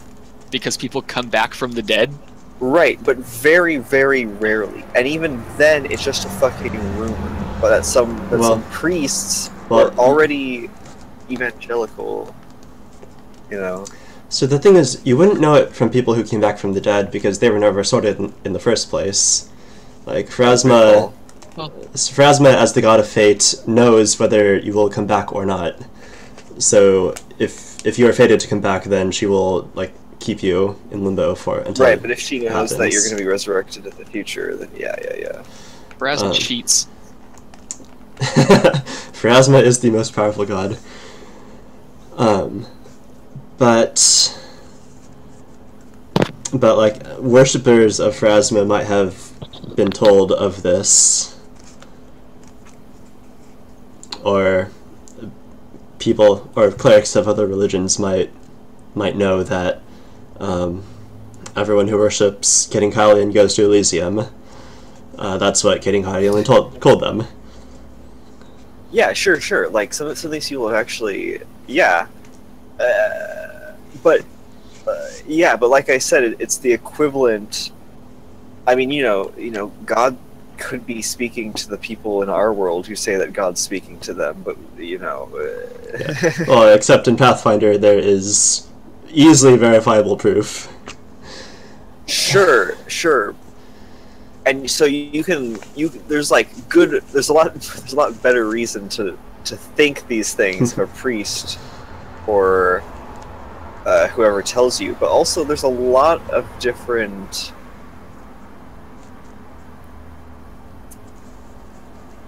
That's the thing. Like, I like the idea that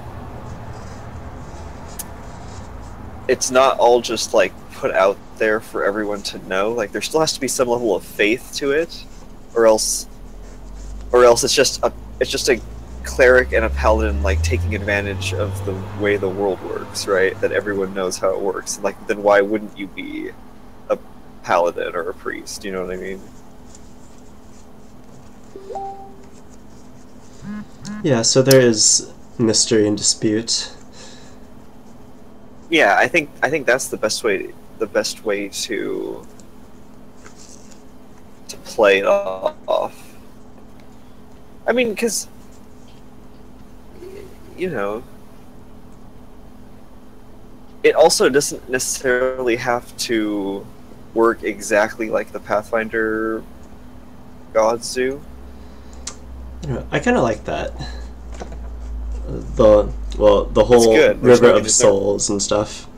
Yeah. There's not really any reason to change that in my eyes, but it doesn't necessarily have to work exactly the way that it works in Pathfinder. All right, but that's a good question. Getting real theological up in here. It matters in this world. It's important to ask because it frames the context for any character for any character in the world, right? Oh yeah, definitely. Yeah, because like if atheists all know that they're going to that their souls are going to be eaten, like yeah, there's then why are there even atheist characters like that? That God would starve immediately, right? If it was just common knowledge. Yeah, cause I feel like gods aren't giving signs of their existence to just every single follower that they have. Like, they're not speaking to everyone. But yeah, and like everyone knows divine magic exists, but when someone comes up to you and says like, "Hey, I worship Mitra," and then heals you, like, there's no way to really know if it's Mitra or some other divine god that's like, or if it's even a god. I mean, they're like, yeah, they're literally like bards can cure people, and they don't get their power from a god. That's true. Yeah. Well, and if people knew that you would literally go to hell for worshipping some of these gods.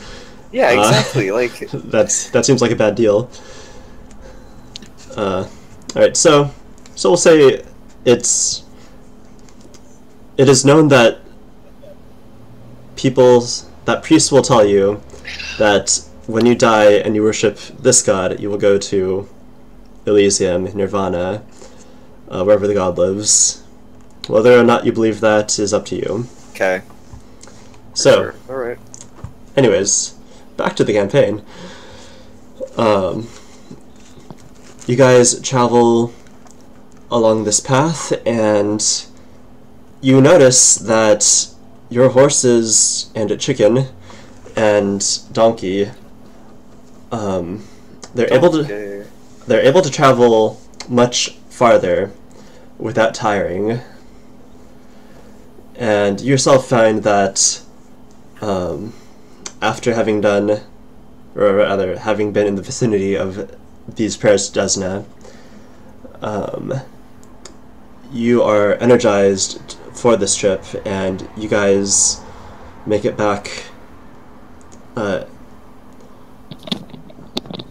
Make it back in 2 days from there. That's cool. Sweet. Thanks, Des.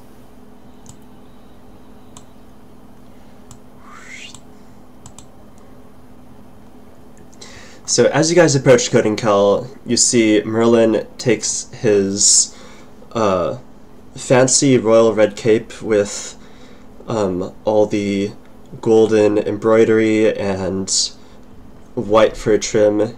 He takes it up, and as he takes it off, the hood part falls off, reweaves itself into the bottom, and it becomes a much longer cape again, as it was originally. And then he folds it up into a box, and you guys enter the city. Home sweet home. So it's a little bit past, a couple hours past where the sun is highest. It's getting into the afternoon. And you guys enter Codenkel. It is a busy place. There are a lot of people there, as it is the largest city on the continent. It seems even more packed than before. You see there's a lot of people, less in the garb of Codenkel that you saw before,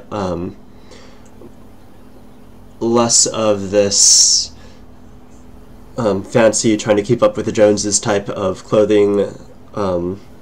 There's a lot more people now you see with the more simple clothing that you would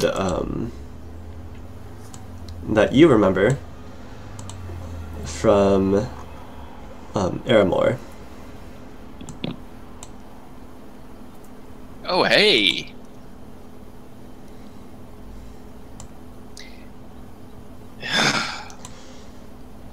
So, you guys, Raelith goes back to her house, and she says to get her if you need her, that she's going to be spending a few days to take care of business in the library. You also see before she goes on the road, she and Merlin have been talking, and she commissions him to make a bandolier. Oh, hey, finally. And then the rest of you head to Merlin's place. Wait. Yeah. We have to go immediately to Merlin's? Well, no, that's where he's heading. Because I'm looking for yeah. attacks arrows. Yeah, you guys can do whatever. I do need to go back to the blacksmith because I forgot to get spikes! Put on my armor! Okay, so we already know where the blacksmith is, so let's go to the blacksmith for the blacksmith, where to go from there.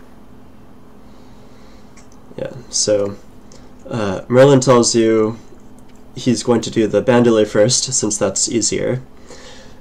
And do the... Can I pay him mirror to do the mirror first? Oh, well, if you insist. Wait, no. I'll let Raelith get her thing. So he tells you it will take... He's going to finish the bandolier probably today,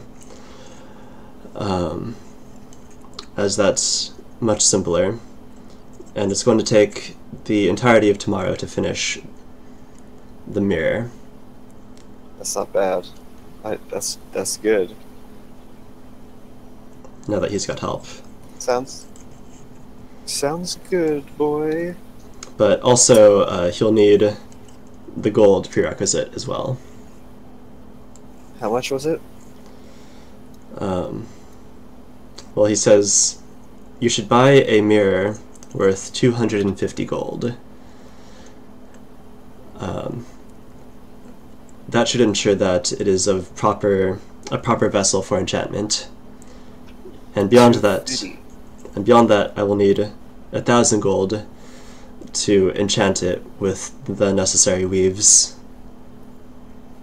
So I give him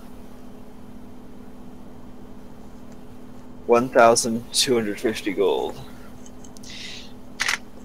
Says, How the hell do you have that much money? haven't spent any of my cashola, bro. You haven't spent any of your money, but you have a +2 fucking sword. What the fuck? I just spent 2,000 gold to upgrade my shit. Swing. The blade knows thy master, Argus. And if you were more respectful to your weapons, maybe you'd still have your flail. You know what? You can always get a new weapon, but and I kind of beat on my shield. Say, this guy here is my #1. Alright. That's cute. That's cute. So he tells you, Oh, what? well, why don't You don't respect a shield, Valtier? I said that. I like that. It's good. Sounded sarcastic to me.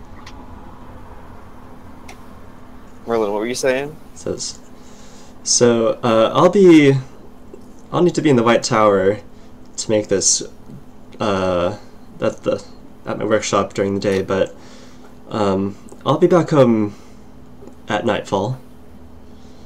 Back to my home, that is. Sounds good, boy. I'm actually gonna ask Merlin, like, hey, so when you're working on a project, when you're making stuff, can you use like magic to help you if you're trying to build something? Yes, I use magic nearly exclusively when enchanting items.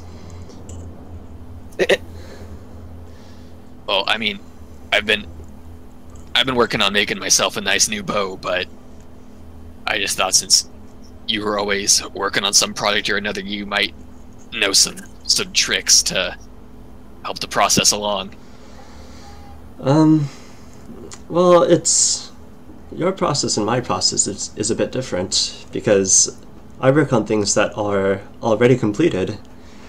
Swords created by a master bladesmith or mirrors by experienced jewelers.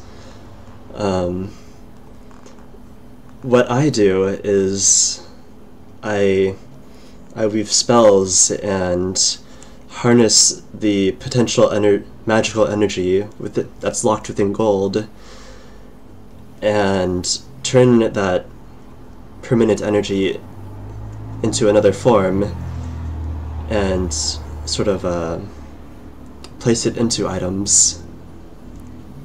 So what you're telling me, Oliver, is that I can't go to Merlin and have him hook me up with some crafter's fortune. He can cast that spell on you.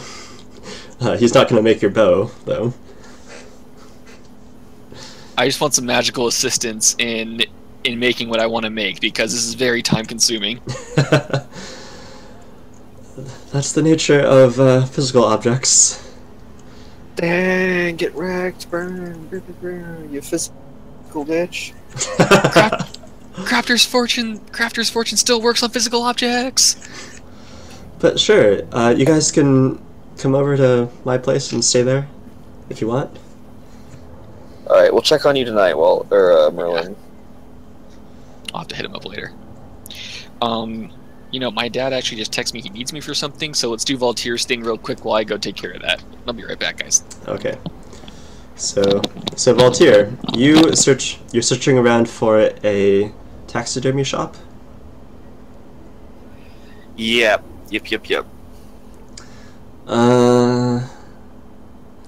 Alright, so you have entered from the southern entrance, which is that way. And you think, so right now you are in sort of the nice part of town. You're near the Temple of Nephis. Sure. You are somewhat near where Raelith lives. Do you want to search? Do you want to search there or elsewhere? I think taxidermy is a leisure market. Yeah, I'm gonna search in the richer area where people have trophies and shit like that. All right, Trophy rooms. You search around, and after a couple of hours of walking through the streets, you notice that people are regarding you like quite. You have quite an intimidating presence right now. Not only is your face kind of off-putting, you have a hellhound head on your side, 2 great swords strapped to your back. You look like you are certainly a man about business. Hell yeah. I'm down. I'm down with that. I'm gonna roll an intimidate check. Just a general intimidation check. And with this intimidation check, I am looking.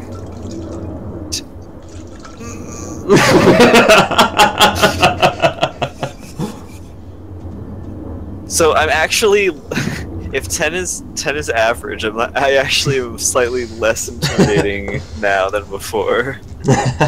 Yeah. No. But yeah, your elven hair has gotten really poofy from the humidity, and like, so like, it's kind of this discordant look of this tough warrior with like really foppish hairstyle. yeah. All right. That's fine. That's fine. I still give off the aura of like, don't mess with me. Yes, you do. Okay. You said a couple hours I've been searching. Yes, and eventually you find a shop that you see has animal parts. Looking through the window, you see there are heads and animal parts, heads. There are like what's it called? Fetishes, like shrunken heads as well in there. Yeah. Okay. Cool. Will you enter that one? What is around this area, along with this taxidermy shop? Alright, so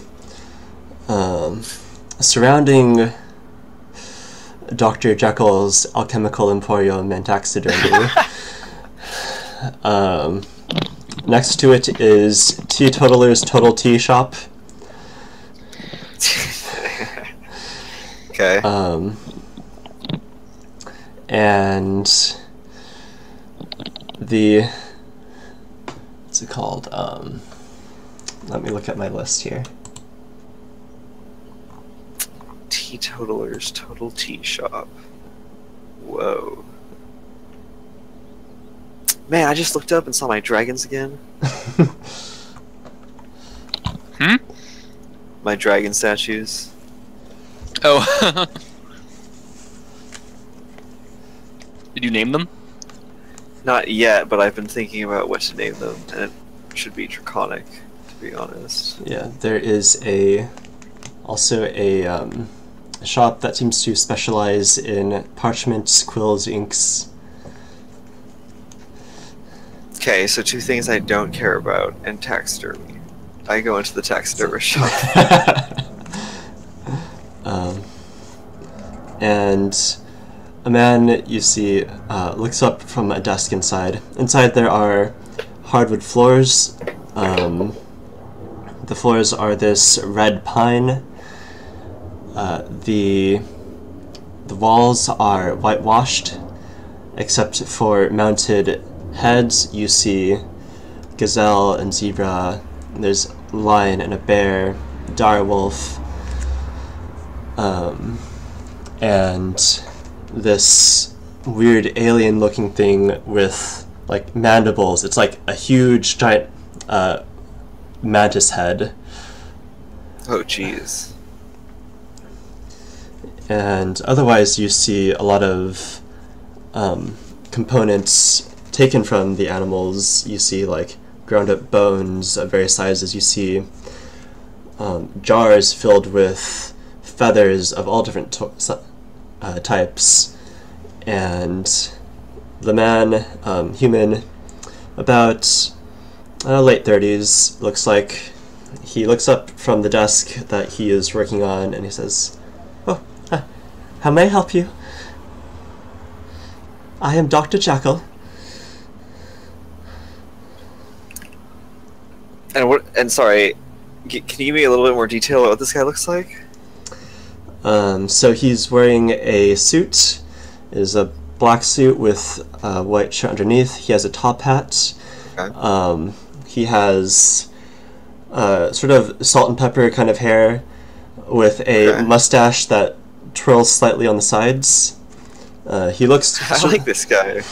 Sort of a mousy kind of guy, very thin, somewhat short. Dude, man, you're literally describing someone I work with.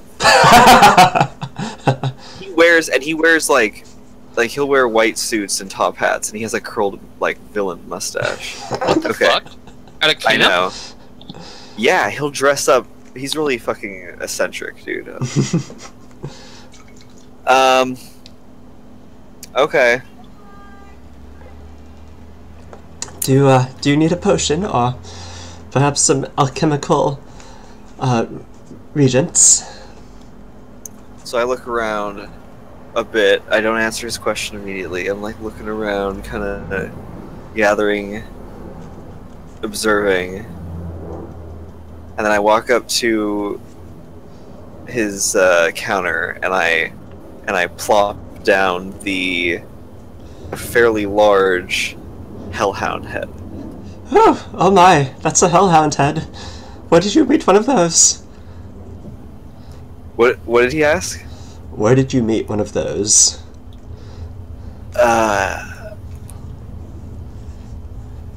Let's not worry about that. As a warrior, it's I come across many beasts that I must slay, and I wish to turn them into trophies to prove my prowess in battle. And I need someone with a gentle hand who can artistically recreate these creatures to show off their former glory as if still alive. Glory? Oh my. Well, I can do what I can. How much will it be? Oh well. How would you like it mounted, sir? No. I want it on a chain. On a chain? Yeah, so I can carry it around. Like a flail, or how would you like to carry this? Look, don't worry about mounting it. Just No, that I do kind of have to worry about that. That's half the process. I only want half the process then. So you just want me to preserve the head, and you will add the chain. Yeah. Or you know what? Fine. Yeah, I want it on a small chain that I can carry on my belt. Not a small chain, but like a big enough chain that I can carry on my belt. Like at your hip. Yes, at my hip. Perhaps just a loop then that you could attach it to your belt through. That's fine. Whatever works, Jekyll. Whatever works for you. Yes, well, let's see. This is quite an extraordinary specimen you found. Well, this should take perhaps 2 days. Say 20 gold should about do it. Wow. Yeah. You know, I would be willing to pay you double to move it ahead of all of your other projects right now. Sold. Yeah, I'm fine. I'm fine with helping this guy. Hey, well, come back at the end of the morrow. I have a feeling that we're going to be very good friends, Jekyll, and so I want to help you out. So I hope you can help me out. and we can have a mutual bond here. He looks you up and down again. That would be fabulous. I'm a man of, well, let's just say I come across death often. And so, you know, we both revel in death, as some may say. No, this is not a reveling in death, sir. The art of taxidermy is celebrating the life. It is trying to capture the moment of its greatest exuberance forever. And yet, we all know the fiction. Oh? We all know that it is in fact not alive. Well, of course. Well, unless you reanimate it, then it's well, it's still not alive, but not dead either. But but I do hope that you don't reanimate this. It is quite the beast in its life. No, I'm showing off the fact that I killed it. Reanimating it would simply take away that progress. Well, bravo, sir. Alright, I'll see ya in a day. I'll check on you tomorrow. And he takes it, like, very gingerly. And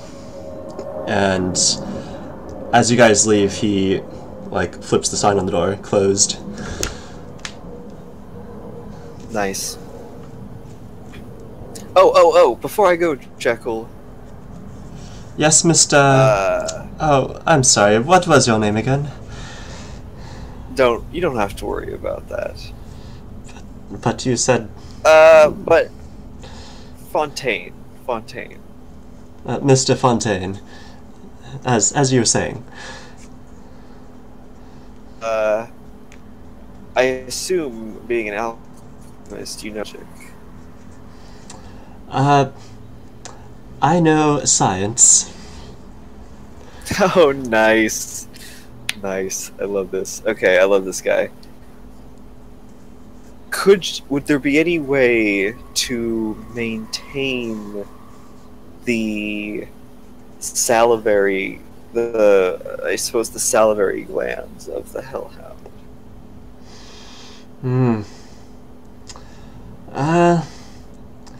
Perhaps a fresh one, but it looks like this one's been washed out.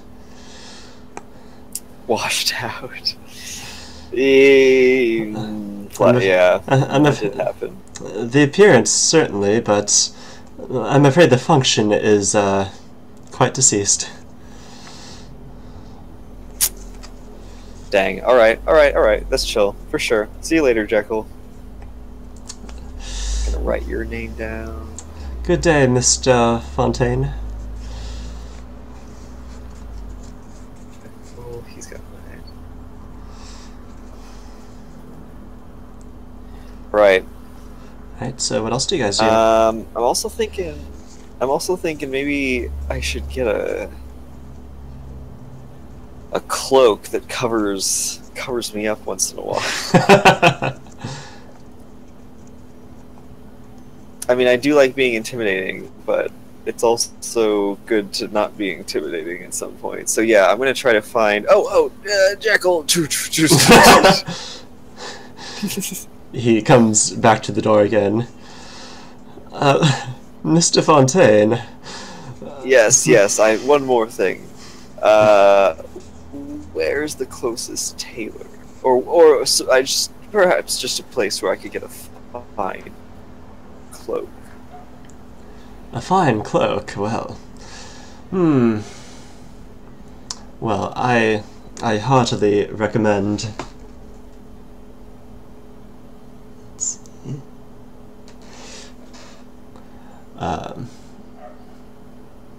What's it called? Take your time, Jekyll. Take your time. No. That's called Carmelo Rodin's Atelier. Oh, jeez. This is France. And Alright. he gives you the directions to it. Napster? Heck yes. Alright, I head there with Argus, I suppose. Unless Argus went by himself to the blacksmith. Yeah, I suppose he did, because I was searching for 2 hours for that place. Shall we? So, Argus, you get to Bloodbath and Beyond quite easily. You know the way.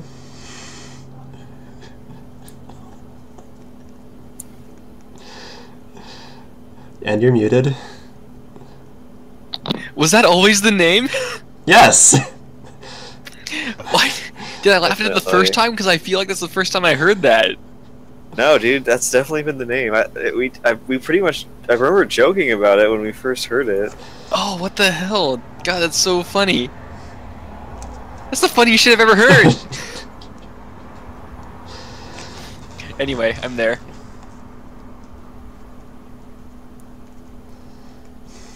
And is the good old Smith there? The good one. I don't want those students. He says, "Well, hello, Argus. Oh, how have you been?" Yeah, just great. Just wonderful. Fighting a lot, killing a lot. It's been a great time. Hey, big boy, tell me all about it. What'd you kill? Oh, you know, just some asshole elves in the forest, some werewolves, a hellhound. You know, just your normal stuff. Well, honey, that don't sound normal to me. Ah, yeah, that's normal. You know, if you're a guy like me, always going out, getting in lots of fights. Showing everyone, you know. Sorry. Sorry. You know what? When I go too heavy on the voice, it hurts my throat a little bit. So yeah, you know, just going out there and showing everyone what's what. You know, not to mess with the Black Rime of Aramore. Well. Anyway, You're looking mighty fine, ducked out in that, Mr. Ram. Yeah, well, you know, this armor's missing a little something. Could definitely look better. Oh, what's it missing? Yeah, when I get myself some armor, I like it to be covered in spikes, you know? Just sharp as they can be, sticking out all over. It's kind of my my look. And this, and I kind of run my hand over my breastplate. It's looking a little smooth, don't you think? You like it rough, do ya? Let's go ahead. Yeah, I'm gonna say I understand that entendre. Yeah, sure.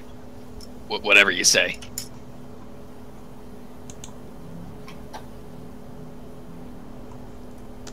So just spikes all around, eh? Yeah, I mean, you can just add them on there, right? You don't have to make a whole new breastplate, do you? It takes a bit of work. He knocks on it, and he says, "Oh, you've got some more work done on it after me, I see." Did I? Got it enchanted. Oh yeah. Okay. I keep. Would he be able to tell? Like, is there a physical manifestation of an enchantment on a weapon? I guess he probably knows his stuff. To the blacksmith who made it, perhaps. Yeah. Let's go with that. Say, yeah, you know, got a little magic coating on there.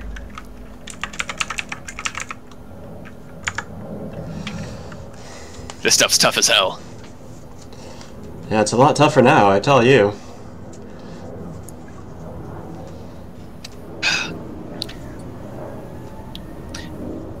So you think you can do the job? It'll take a couple days. This is way harder than the steel that I made at first. Yeah, you know, I think I'll be in town for a little bit, so I can wait a couple days.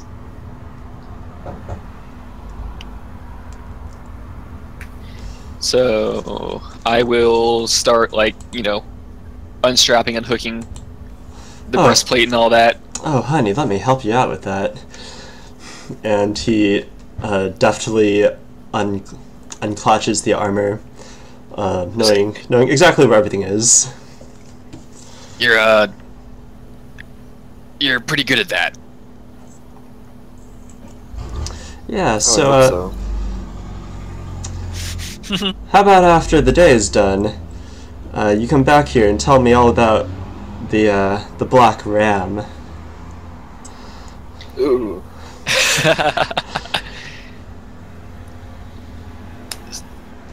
Yeah, sure, I'll find some time. I'll swing on by.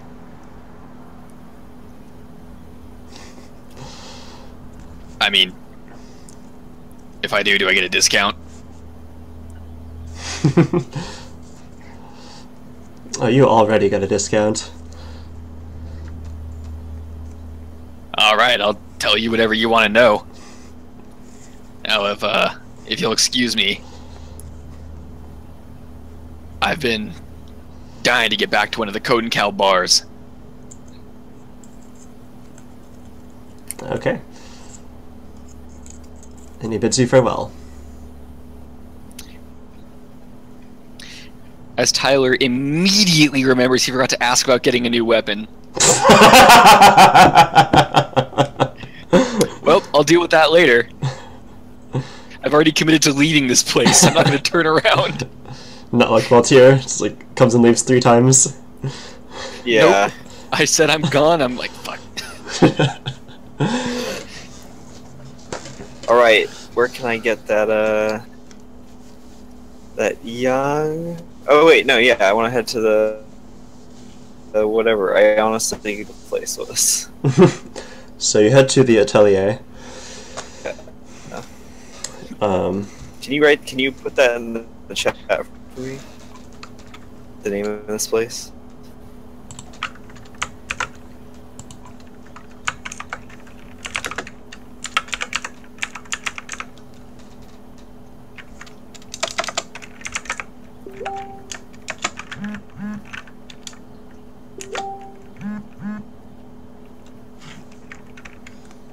And it is called...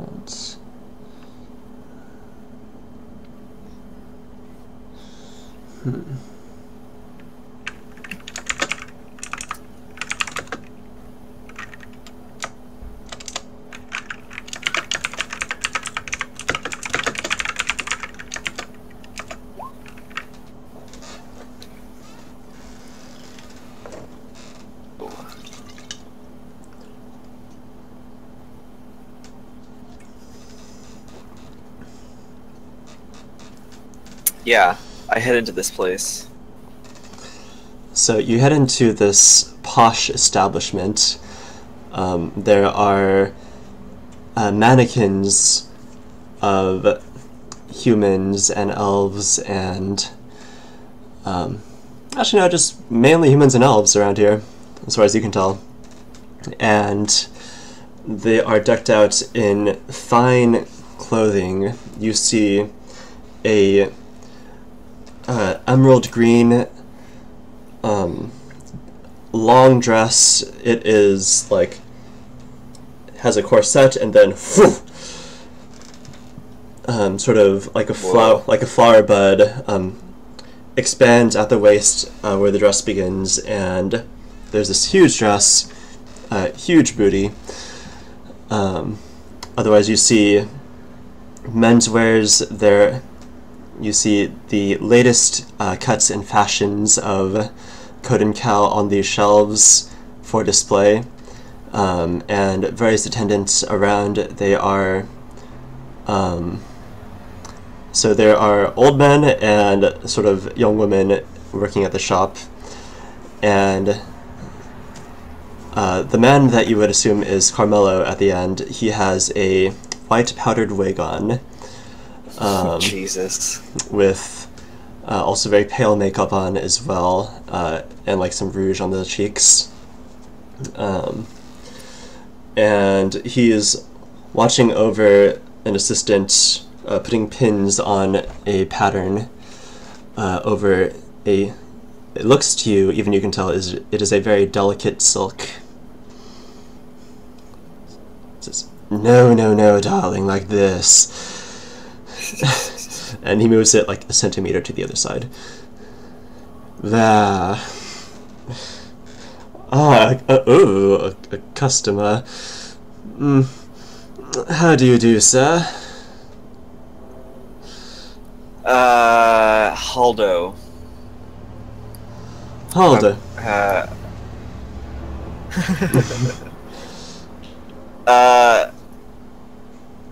I need something practical, something effective, something that can be used over long periods of time, take a lot of wear and tear without having to worry much about it. A cloak, one that can cover my less gracious attributes.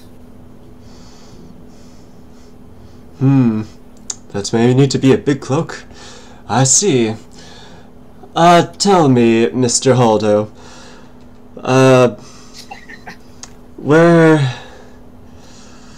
what kind of a climate do you have in mind for such a rough and tumble cloak?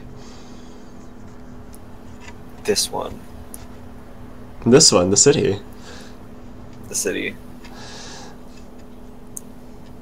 Mr. Haldo, I'm afraid that... But also, I suppose, rain or shine. Well, the kind of cloak to survive the city is a much different one to survive the wilderness.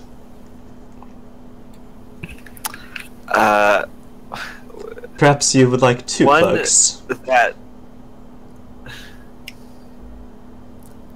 Perhaps. But for now, let's just do one that can be useful for hiding my identity, or at least not one that can keep me from attracting so much attention. Darling, attracting attention is the point of haute couture, of haute couture. Shit. But certainly, I can do a challenge. You want something? Let me see. And he's walking in circles around you as he does this.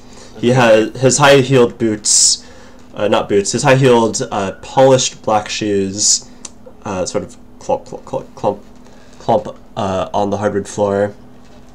His tight breeches have buttons going down the entire side of them. 2 rows of white buttons. You see that they are mother of pearl, and his vest is a fine silk vest over white shirt, very, very poofy sleeves, and at his neck is this lace, this like puff of lace here going down like a waterfall. And yeah, I've seen his kind in ammunition. And he takes his fan and like sort of purses his lips with the edge. He says, something that draws attention away from yourself. And yet I like this guy too. I like these NPCs. Something that will blend in with the crowd, you say? Yep, exactly.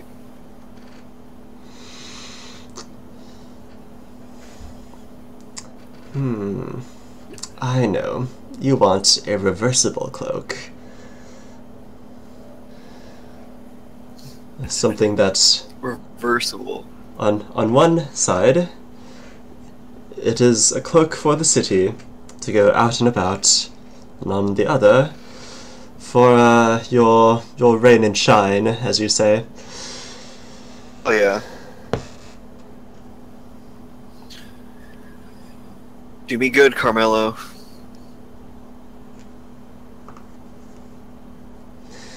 And let me look up prices on clothes real quick. For sure. This is Valtier getting fitted right now. It's time. Yes, and he goes. And two of the young seamstresses come to your side. They are fitted in very well-tailored sort of working clothes. It's not silk, it's made out of this sort of cotton or wool blend, as far as you can tell. The fit, or the pattern, is not very complex, but you see it's very well done. You see all along the seams. If it's white, it's like a black seam, like you're supposed to see the seam and see that it is perfectly straight. Nice. Okay.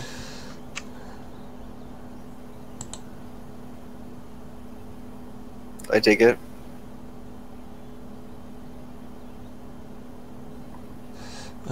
Says, yes, it will be 30 gold. Okay, yeah. I'll tip him a little bit as well. What's polite? Like 20%? I tip him 13 gold. Oh my. And when will you be needing this? Is that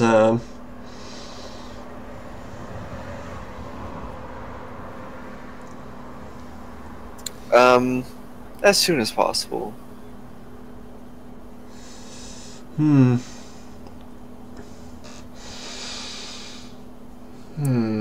Let's see if we do. You see him sort of muttering to himself, lost in thought. Yes, let's do a whip stitch there and to saddle stitch on the edges. Of course, we'll need a border. As he's also like looking up and down and trying to find an elegant solution to your problem. Sure, yeah. Yes, shall we say 2 days, sir? That's fine. Works for me.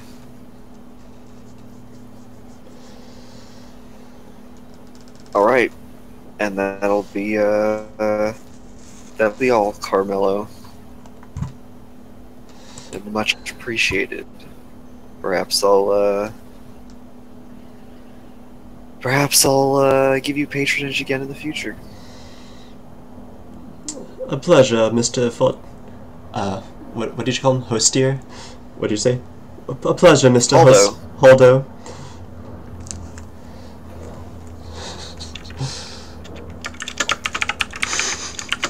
That was my greeting, but I like the fact that he That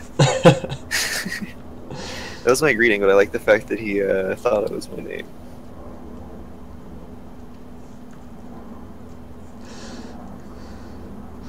All right, cool. I'm down with that. I'm gonna try to meet up back with Argus. All right, where are you meeting back up with him at? Oh fuck. Well, what time is it right now? It is the early evening. Around for a lot of time. Yeah, getting fitted, getting your orders in. It is now the early evening. I'll go check on Merlin. You check at his apartment at the Temple of Nethys, and no one seems to be home. What the hell? Did I... What did Merlin say earlier? When did he say he was going to be back? at nightfall. Ah, shit, I thought he went this way. Uh, Okay. You get the sense that it's still a bit early. Alright. Yeah, it's early evening. Fuck. Like people are having. Well, the people who have early dinners are having them now. You see, the taverns are starting to fill with people whose businesses don't really go late into the night, or later into the night. Fuck, I know Argus wanted to go to a tavern, but I don't know which one. So speaking of Argus, Argus, what are you up to? Yeah. Let's go ahead and unmute you. You did. You muted on Hangouts. Oh, okay. I was confused. I don't know why I did that. I was probably looking for Valtier.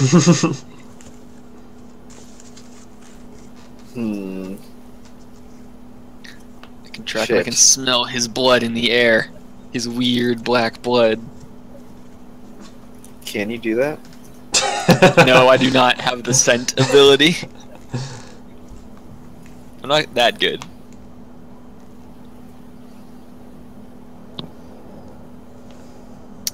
How do we even find each other?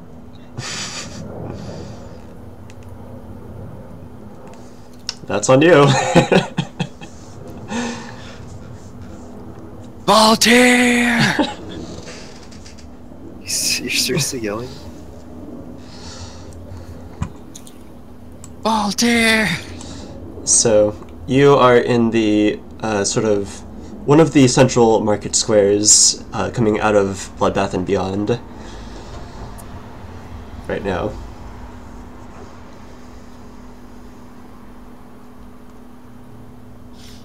I'm guessing he's not close by.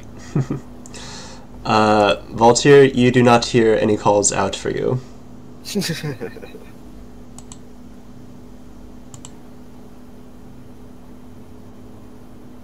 I didn't catch that. What was that? Valtier does not hear any cries out for his name. Well, I stop to wait for a response. And when I don't hear one, I just go, yeah. He'll show up. And I think I'm gonna head back to, or towards, not to, but towards the, Raylith's Manor. And find a place around there where I can get a couple drinks. Alright, you find the Fast and Fill,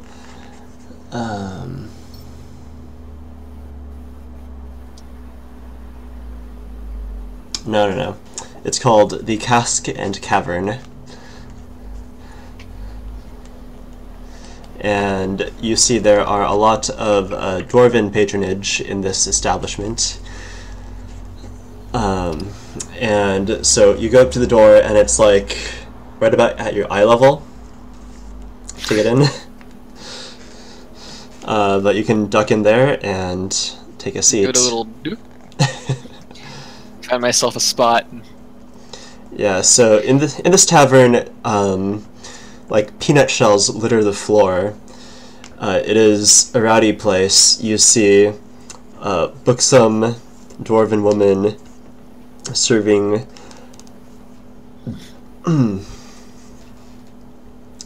ale in these large what are they called? Steins.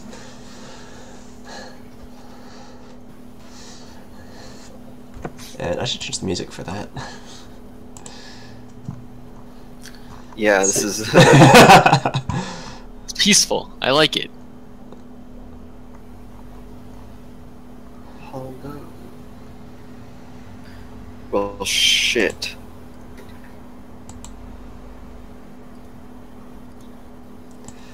Alright, and a dwarven lady addresses you. She is stout. She has her brown-red hair in two ponytails to the side going down. She has some freckles on her face. She's wearing a dress that like really accentuates the bosom. How's your beard? No beard. A little bit fuzzy, but that's to be expected. And she says, "What would you like, mister?"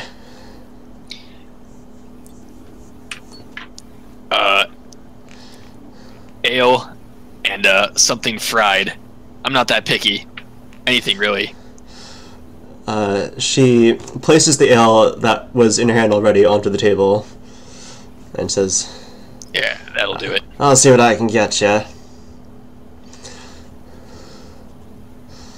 Wonder where Voltaire is. You'd want to get in on this, I know it. So Voltaire, Yeah. what are you doing?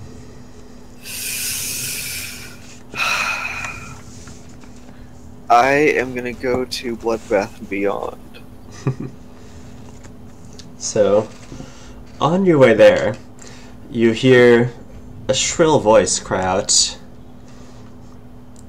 "You! Yes, you, that one, you." Oh no.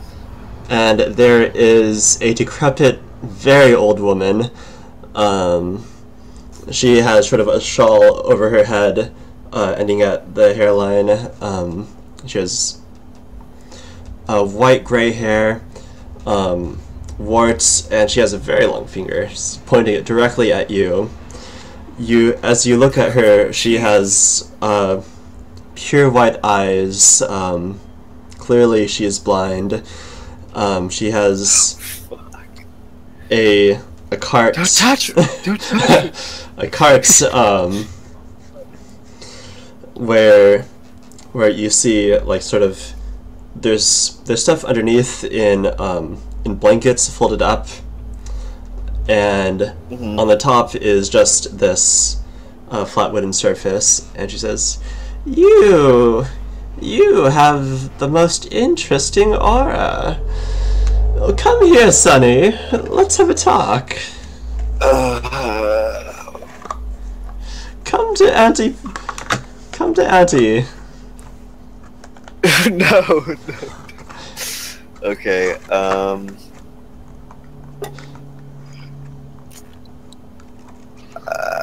can't you see, I have a destination I'm attempting to get to? Unless No. this is No, I particularly can't. important. Well, no, I cannot see. Why don't you come closer? Let me touch your face. That's sort of how I see things. And she's here again.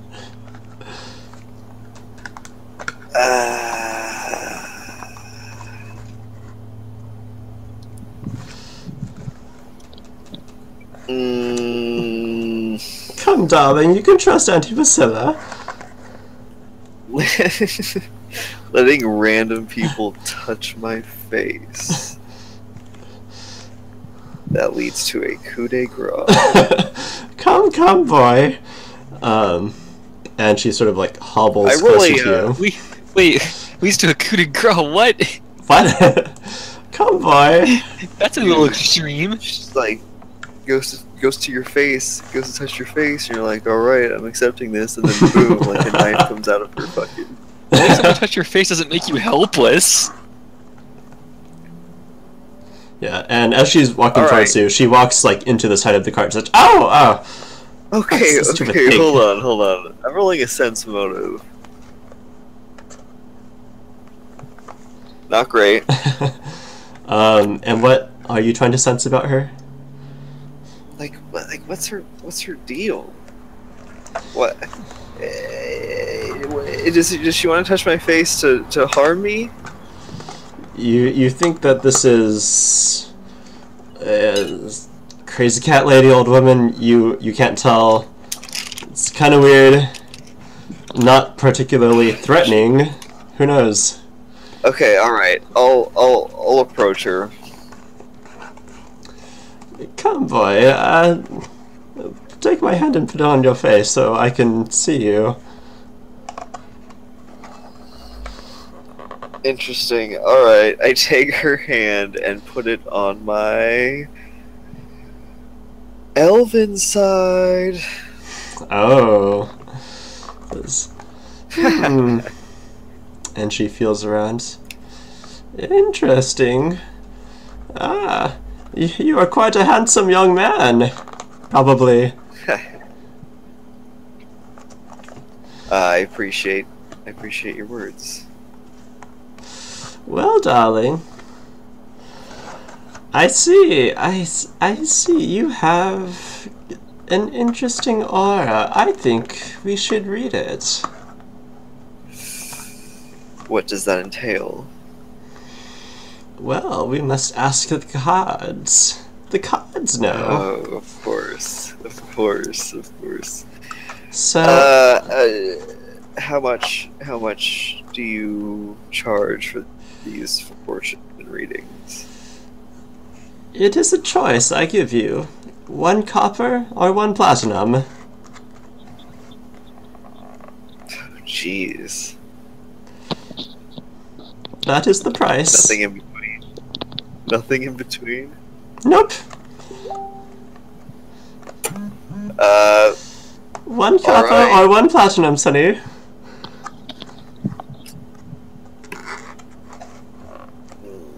One copper. You give her 1 copper? Okay, I don't think I even have platinum pieces, but does that matter? Just, if you don't have platinum, 10 gold will do.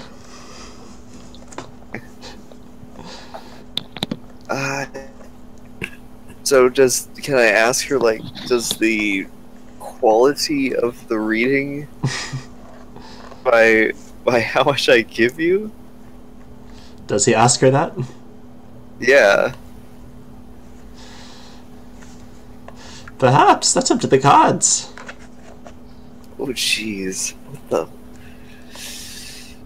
Alright, you know what? I wasn't even into... Yeah, I'm gonna give him 1 copper. I'm gonna start with that one. I put down 1 copper. And she sort of feels back towards her cart and she says, all right, here we go. And let's see if I can't. Oh, There. here we go.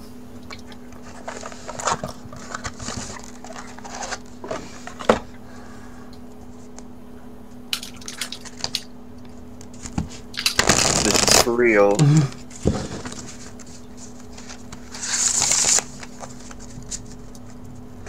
And she says, say when, darling, say when.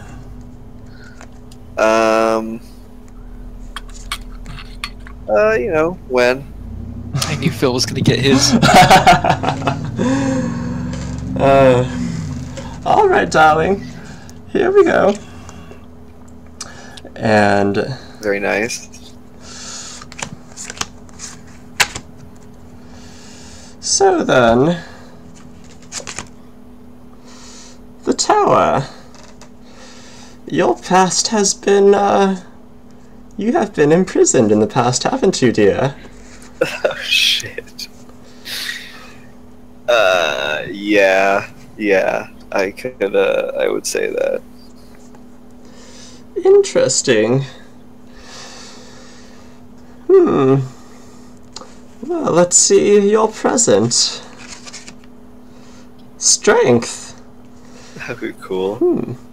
You find great pride in those arms of yours, don't you?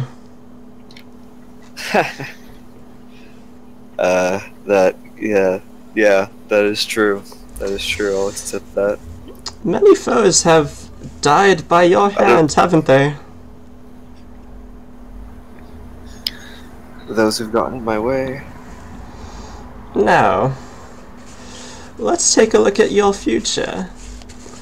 But I will warn you, once we flip the card, your fate is sealed. Would you like to see? So I can just choose to walk away right now. You could, and you won't know at all.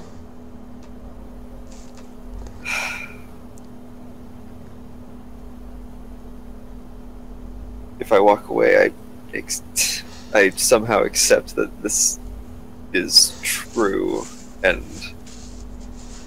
I don't know if I can do that, so just flip it.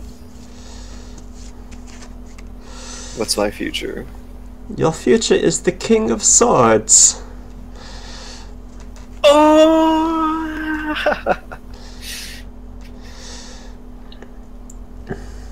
Indeed. King of Swords.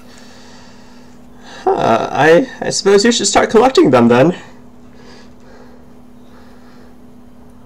Hell yes.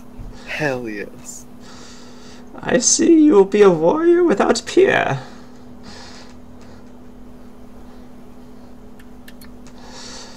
Well, isn't that interesting? Swords.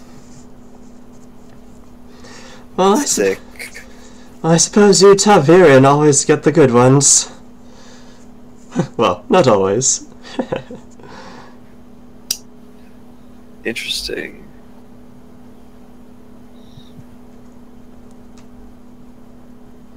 Alright, cool. Thank you. I don't really know how to react to that, but for the most part it seemed that your reading was true.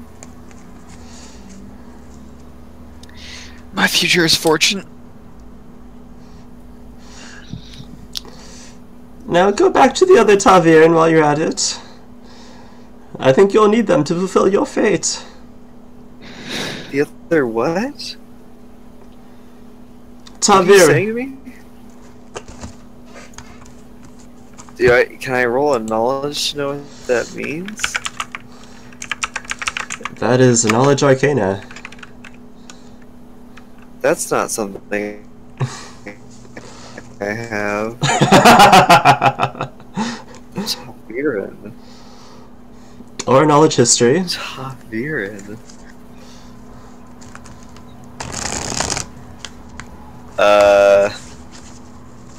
I don't know what that means, but I guess I don't have to.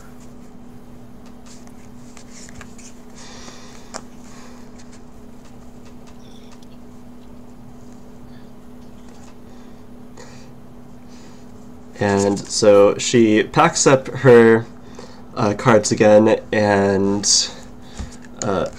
starts pushing the cart like very slowly, like basically a walker. And like you see someone get in her way for a moment, and like she takes out a stick and just whaps them on the ass. It's like, out of the way!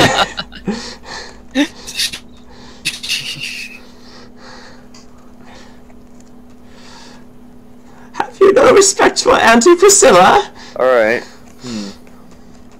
And she slowly, very slowly, continues on the way.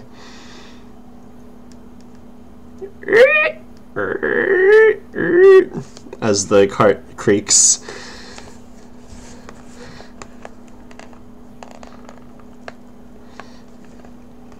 Alright, what do you do?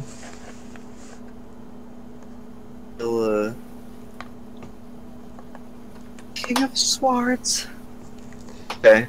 Silence.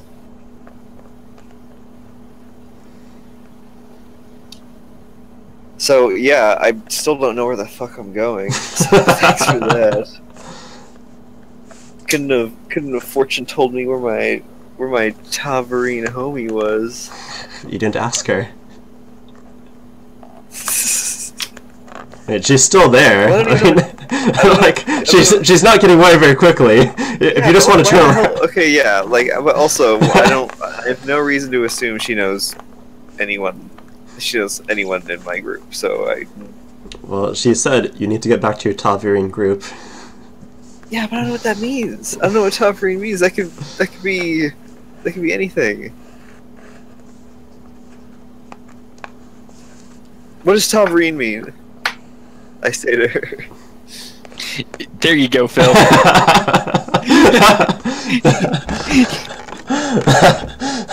There's using that noggin. It's like, who in the world can tell me this? Oh, you're a fated one, dear. I can see it with my eye.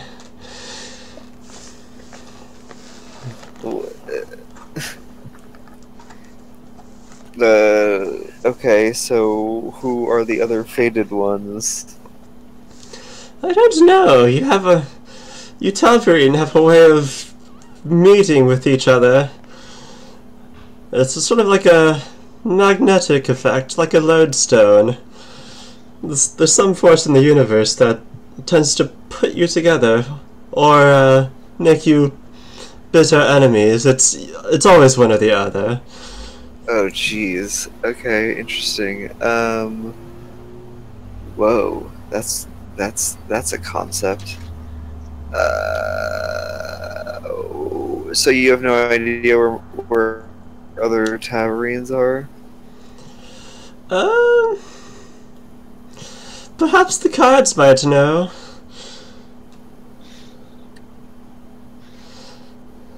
Hard to say. I can only really see you when you're close. Okay, well, I don't know where my friend is. Okay, well, cool. Thanks. Perhaps if you push me along, I can keep an eye out for you. I don't want to push this grandma down the street so her radar can go off to tell me which tavern to go in. Like,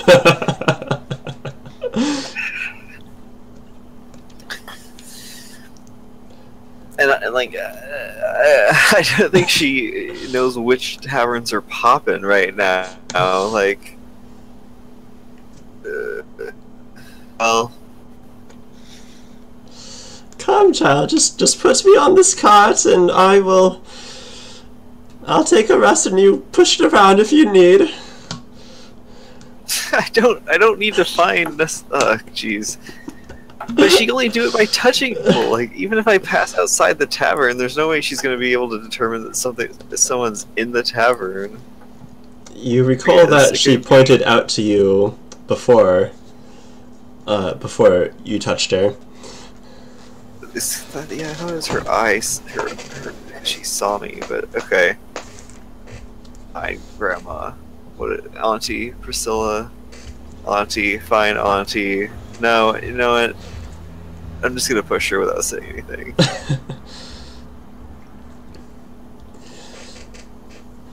Oh yes, and this will be another 5 silver for this service. While I look out. And I'm pushing you. No guarantees. All right, fine. 5 silver, fine. And so, so she sort of settles into the cart on top of these blankets as you cart her around town, and she says, "Oh, there's one in there." As you pass by Rayla's house. Okay, not that one. Not that one. Oh, do you already know that one? Yes, I already know that one. But she's for sure a tavern. Who? She? As that's what you're sensing right now, Taverine? There's someone of fate in there. Of fate. Okay, alright. I note this. And you cart her around for just going street by street. Well, no, I want to specifically go past the taverns. Yeah, I figure like there's taverns. Yeah, so you search out for taverns. Yeah, okay. And you pass a stout one, and on the outside there is a sort of like silhouette cutout of a dwarven warrior, and however, instead of a two-sided axe, the axe has like two steins on the side where the blades would be. Okay. It says Caskin Cavern, and says, there's one in there, I think, yes. Oh yes, quite. I've seen that one before, too. Probably not the one you're looking for. Let's keep on going. What do you mean?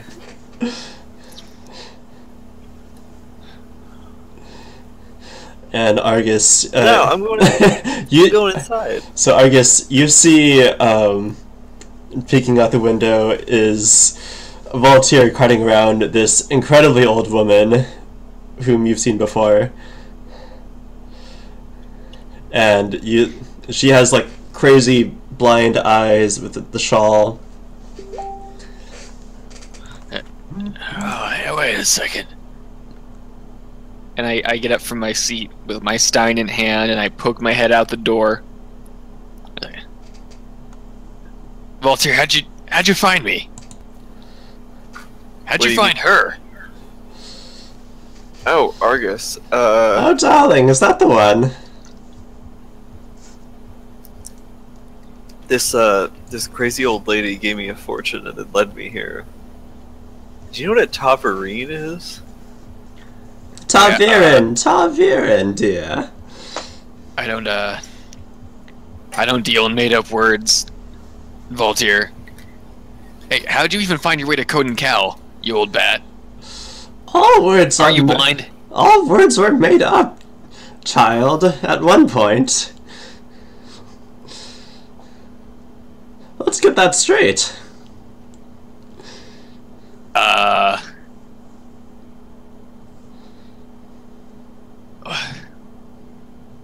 You didn't answer my question. Sorry, you know what was that? I actually stopped caring. Hey Voltaire, let's get a drink. Unless you'd rather hang out with her. Well, of course you would. Silver to come here. Everyone loves to Auntie Priscilla. Don't you, darling? So you're pushing her around and paying her for it? To find you. She pulled one over on you. How else was I supposed to find this place? Try yelling real loud. Already tried that and it didn't work. I don't know, maybe you got bad ears. Say what, Sonny? I'm not talking to you.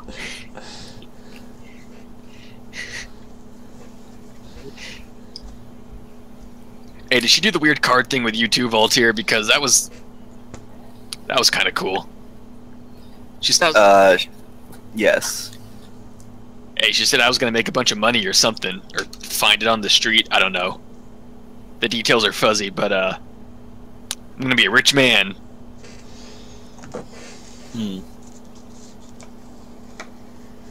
Did you pay 1 copper or 10 platinum? Or what was it? 10, yeah, 1 platinum. Voltaire, I don't remember what I paid for this ale. Much less what I paid to that old woman a month ago.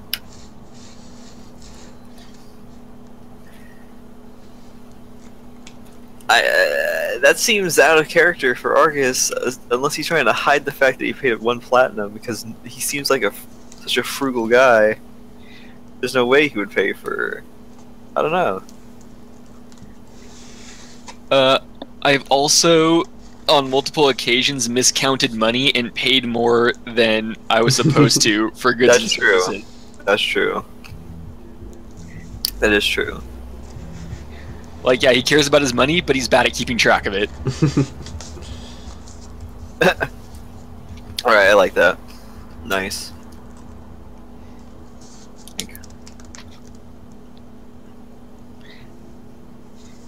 Anyway, like, what? So you gonna hang out with her all night, or? No, please, please, no more. All right, goodbye, Auntie Priscilla. Thank you for helping me, even though you got you know, I mean, there, you got your 5 silver. And she rolls off the cart. Oh! And like very slowly gets up and starts to push it again. What the hell? Road again.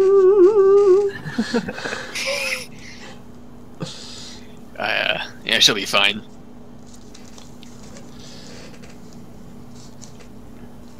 All right. Oops. Barkeep. Barkeep. Okay, sorry, I accidentally turned down my volume.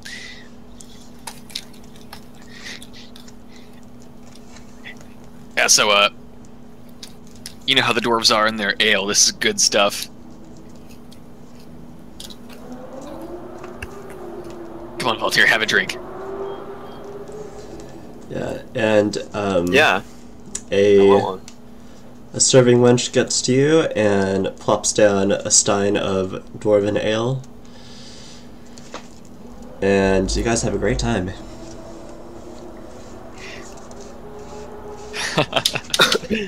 Nice. Yeah, so she, in the meantime, has also brought back some fried squirrel for you. Or I guess a plate of fried squirrel, very tender. Delicious. So yeah, I'm just down in ales. I'm eating this delicious tender fried squirrel, having a great time.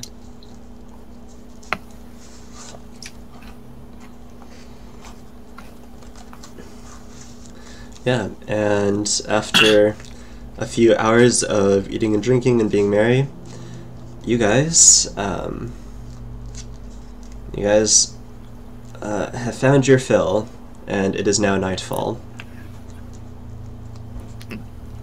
I want to challenge Valtier's warrior spirit. God, again. Yes. So we had some drinks and everything. I say, hey Valtier, you're all about your warrior's path. Always pushing That's yourself. right. That's right. Pushing yourself to the limits. Yeah. I grab his shoulder and I look him in the eye and say, you ever been with a half-orc before? What? I bet they got some great brothels in Code and Cal. Half-orc women? Yeah. What do you think I said? Half-orc women. Is that what Argus is into?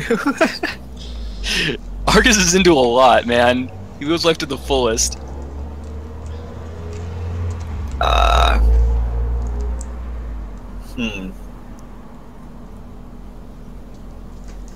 Or he could be lying and trying to get Valtier to sleep with a half-orc. You'll never know. That's true. That's true. Argus.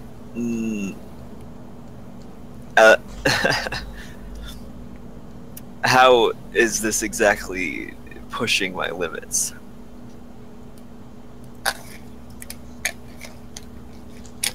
All right.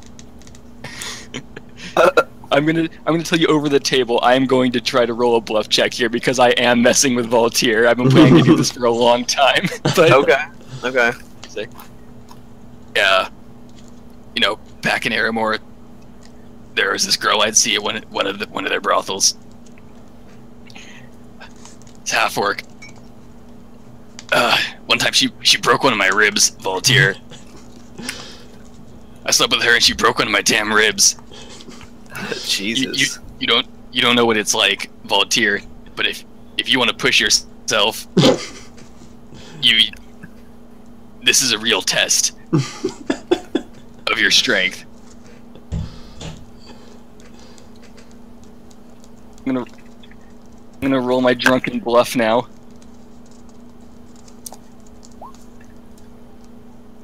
Oh, that's -2, not +2. It's 13. 13. I'll No. attempt to sense motive. Not gonna be good though. Oh! Oh shit! Just enough. Vulture, you find the story somewhat lacking in detail. Yeah, Argus. The warrior's path isn't paved with that kind of. I mean,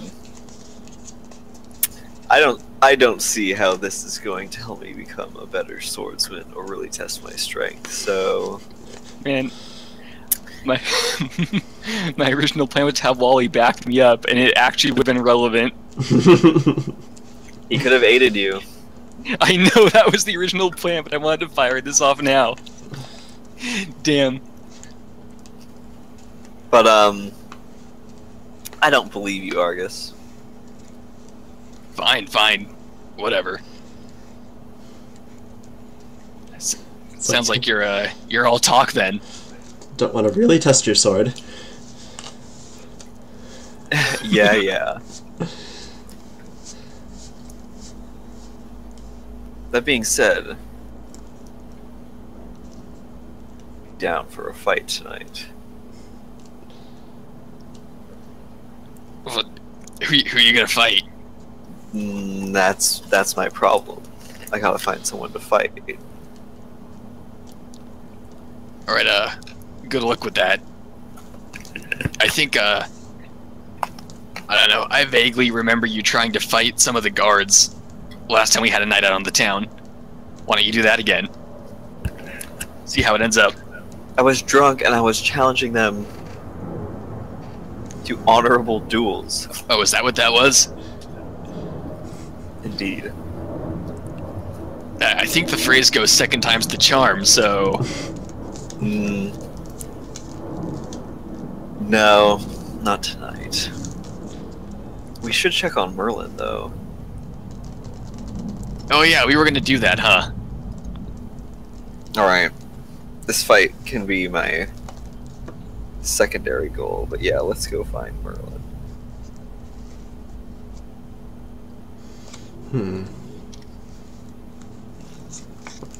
And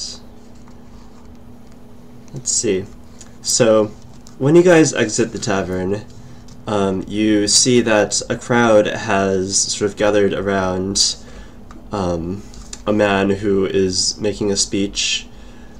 He is in front of a cart filled with a lot of potions on display. He has sort of speckled, tanned skin, comb-over hairstyle, sort of his... You see he's kind of old, but he's aged somewhat okay about that. He's a human, and you hear for a moment he's talking about...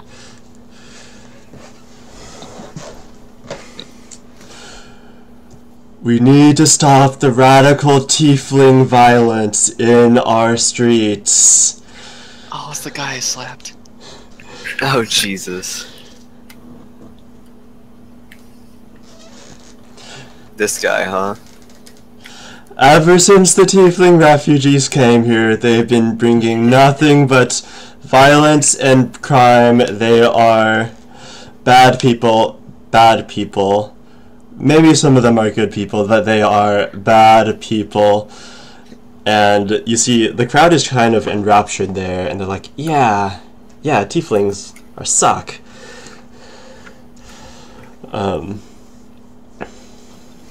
But, so what do you guys do?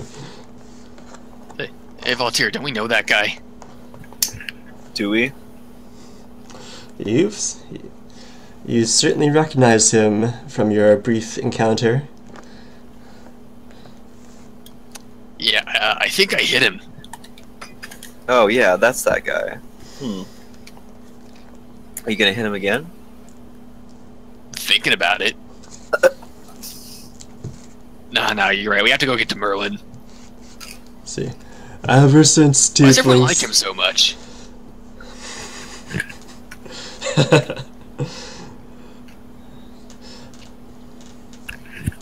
Ever since the war broke out, tieflings have been flooding our streets and stealing our food, and they are going after your woman.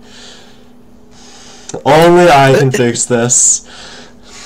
But, so you guys keep on walking along? Yeah. Yeah, I don't really want to deal with this guy or this crowd for now. I mean, how many people are in this crowd? About 20. That's nothing. That's fine. Yeah, let's keep walking. So you guys continue on your way. By the time you get to Avalon Court at the Temple of Nethys, you knock on the door and you hear a voice from side. Who is it? It's your boys, Merle. And you hear the door unlock.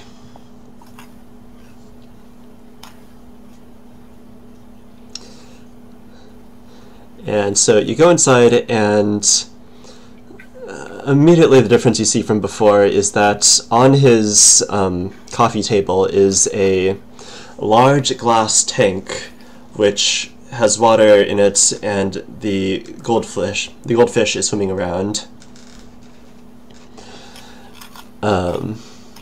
And Merlin and Walton are sitting there, sort of lounging about. You see on Merlin's desk is a leather bandolier. And I gotta say, what's up to Archie? And you see the surface of the water sort of undulate a little bit. Nice.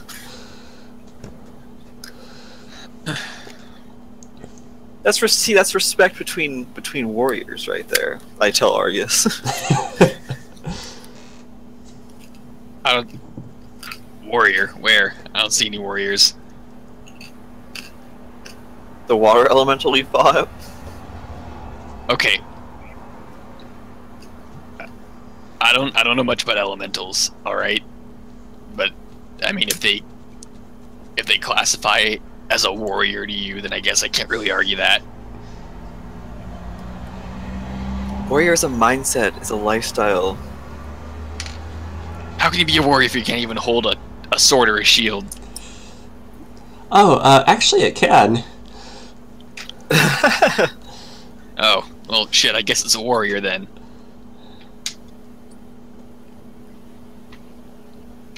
There you go, Voltaire, you win this one. Nice. Sarcastic clap. So,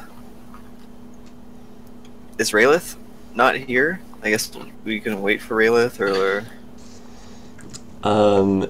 You think that Raylith is probably going to be sleeping in her bed at her house? So we can just wait. Can we just sleep here, Merlin?